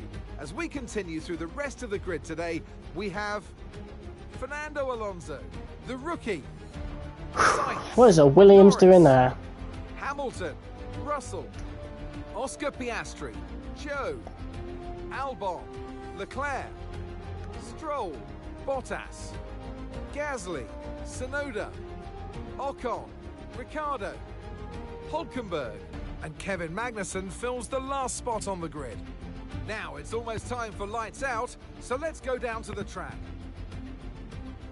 So I'm sure there'll be plenty to talk about this afternoon, and who's going to talk about it with us? None other than Naomi Schiff. Hi, Naomi. I know what we've got to do before the start of today's race, but what about our driver? What do the final hours look like for them? Well, every driver certainly has their own way of preparing themselves before a race. But I can tell you that pre-race rituals are a real thing. When I was in go-karting, I used to touch every wheel in a specific sequence before I got into the kart. And then I stepped up to cars and had a specific set of fireproof base layers just for race day. So watch the drivers when they're on the grid. Some may be sitting on the floor and isolating, others may be up to other things that they do. But these little things really help their minds get ready for the race. Nice. So that was a totally new voice. Finished last race. Let's aim to keep that momentum going. I mean, P4 is crazy. Right. I want to start on the softs, to be quite honest with you. Soft to me. Oh, we can go soft to mediums now. That is apparently slower than mediums to hards. Why? Why are the hards quicker? Oh, 79% wear on the softs. Oh, that makes sense. Right, I want to be quicker on the second stint. So, oh, it looks like could be going for a lap 11 pit. I'm going to go for a lap 9 pit though and go longer on the mediums. How are we looking for this? 21.5. Let's go! So we're starting on the hards. Everyone's getting the mediums out of the way first stint.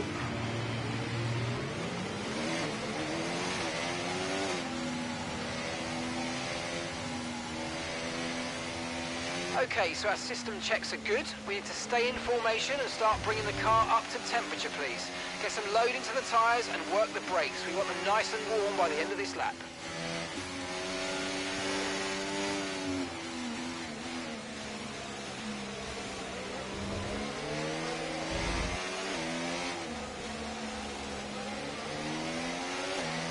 Yeah, so we're the only ones starting on hard, so we might struggle a little bit, but the second stint's going to be quicker. And if F123 was anything to go by, that'll really help. Expect it to remain dry all the way through. Good to know, good to know.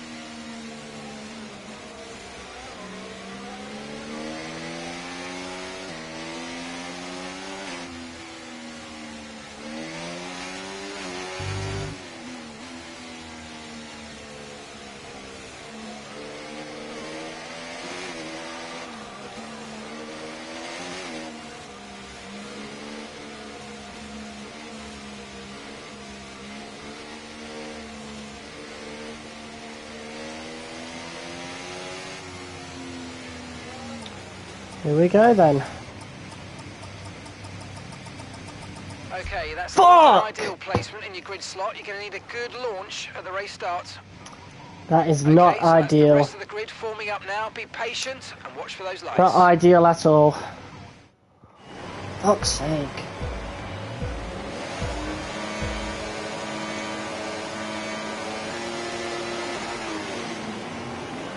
It's a good start. Whoa, look at that. That's a rocket ship, bro. Oh, we could probably take the place back from Norris, though. Fucking hell! Why can't these cars fucking turn, bro? God, it proper pisses me off.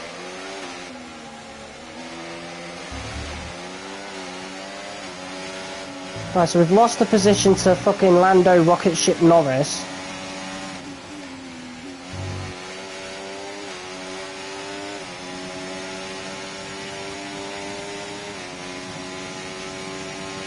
But all in all, still a really good position for a Williams. So I'm not fussed.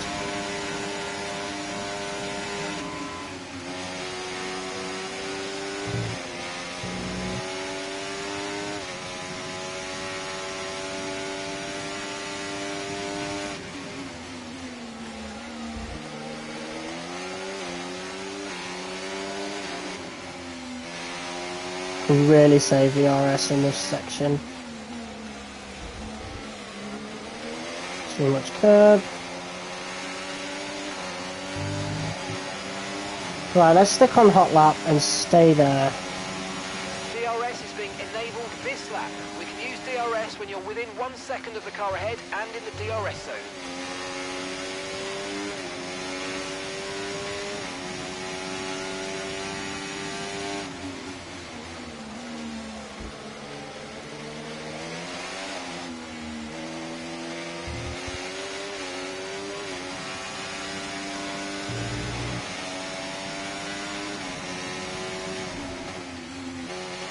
Oh, we took a bit of grass there. Not good. And we're not getting DRS neither, so signs might get close.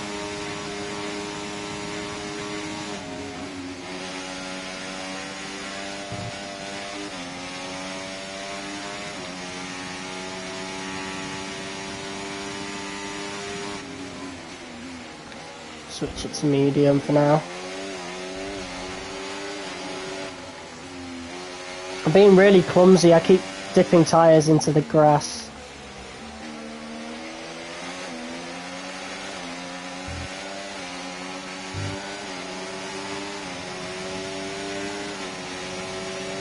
There goes Sainz.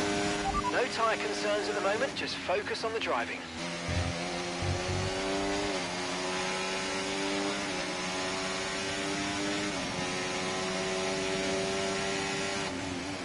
I don't know what it is with certain AI race starts. They're just absolute rocket ships. They just can't seem to get it right at all, can they? F123, the AI was shit at race starts. And now they're fucking godlike. Like they get some nitrous at the beginning.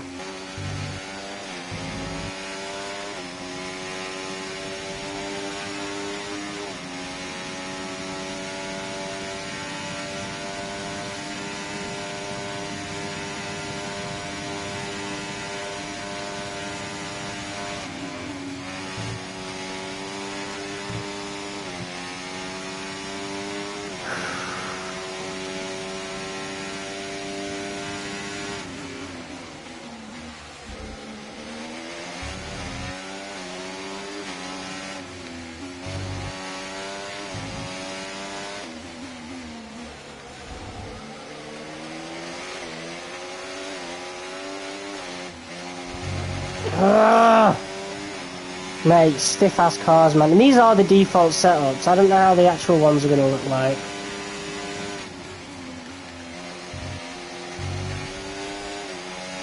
Or feel like, rather.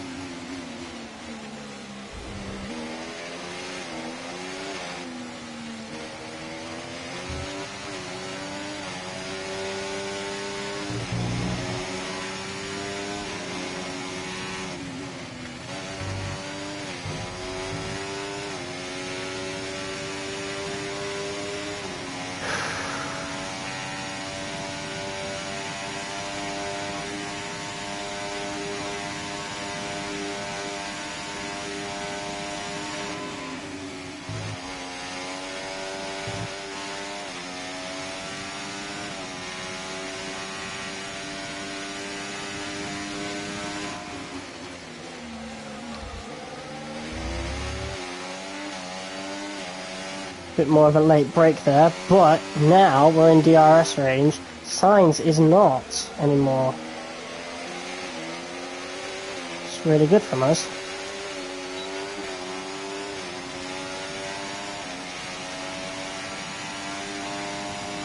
Oh, Red Bulls are fighting.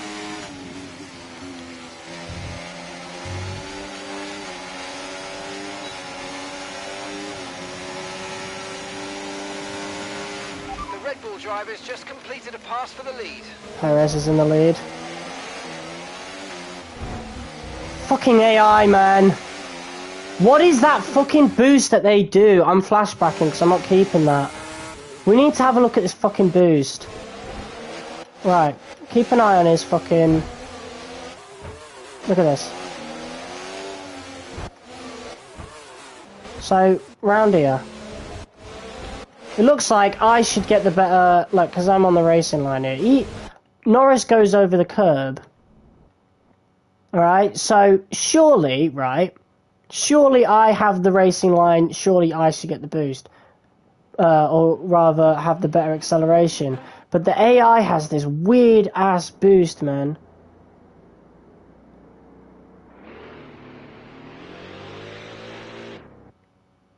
Yeah, look, he's going quicker than me.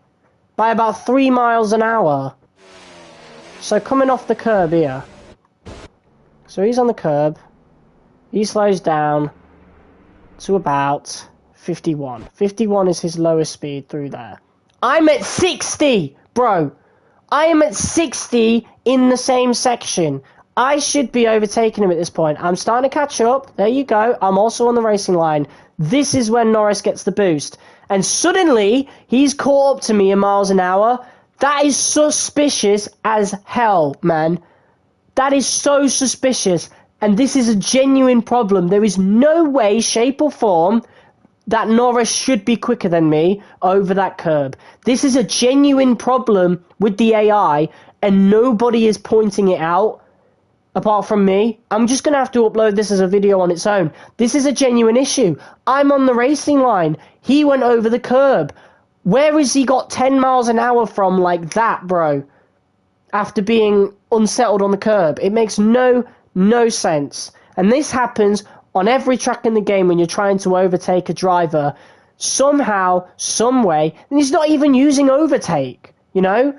Somehow, some way, the AI gets this stupid amount of acceleration. You don't know it till you see it, you know? But I see it every bloody time. It's awful, and it feels like the game is cheating. It genuinely is. It is cheating, and I hate it. I hate it so much. Right, we're going to save the recent gameplay there. Last 3 minutes. And I'll post that as its own video. But that is just genuinely absolutely awful. Right, let's do that again.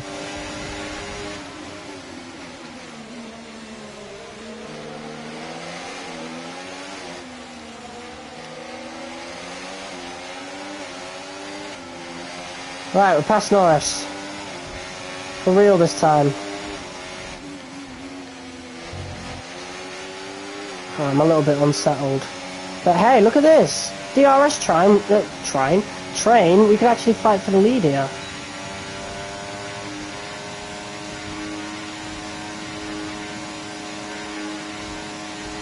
Look at Alonso on Verstappen. We're gonna have to slow down as Verstappen gets unsettled. Give me space, Max. We're going to make the overtake on Max Verstappen. Bit of contact, but we have made it through. Nice overtake. Thank you.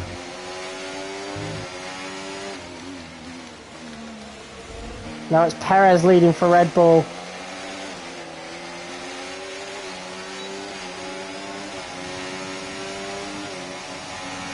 Verstappen's looking for the overtake.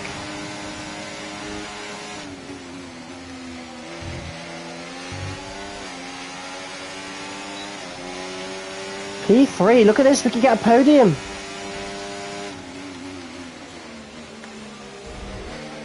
Well, it's only the first stint and we're going to be even quicker on the second. Since we'll be on mediums compared to everybody's hards. God, it's so hard to steer, they're so heavy.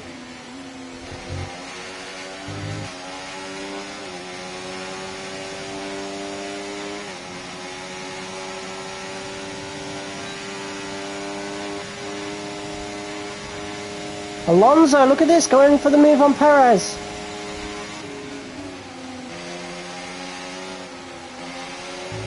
Watch out for understeer in the wake of the car ahead. Try to get past as quickly as you can. Push, push. On the inside of Perez here. It just doesn't give me the space, bro. Where's he getting that boost from? You see that? Awful.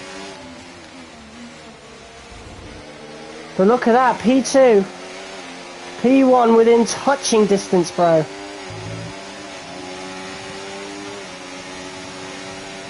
We're approaching the pit window and you're going to be on mediums.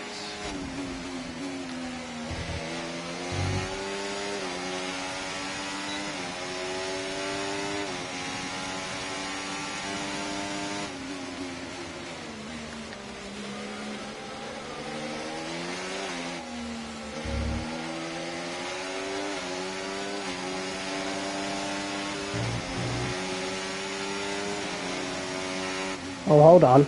Alonso ain't gonna have DRS. My fucking TV decided to go on standby. I won't even need to use overtake here.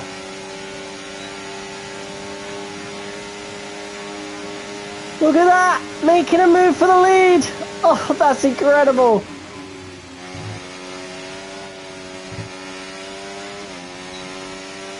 Woo! In the lead, in a Williams. Would you believe it?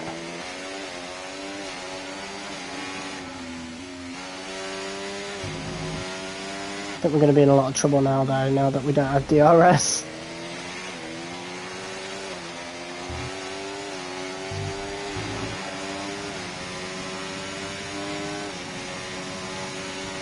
Okay, so we're leading our teammate by 5.0 seconds.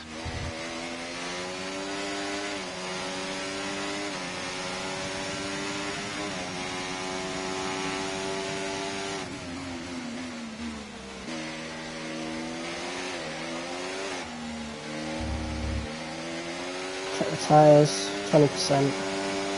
Okay, mate, we need to save some ERS, so let's use all the techniques you know about to charge it up. Gotcha. Gonna save it to 81%. Gotcha. Okay, 3 laps left.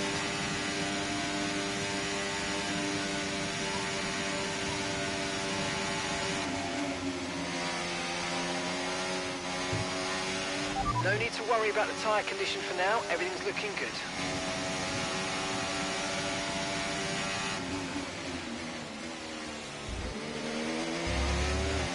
This should save up loads of ERS.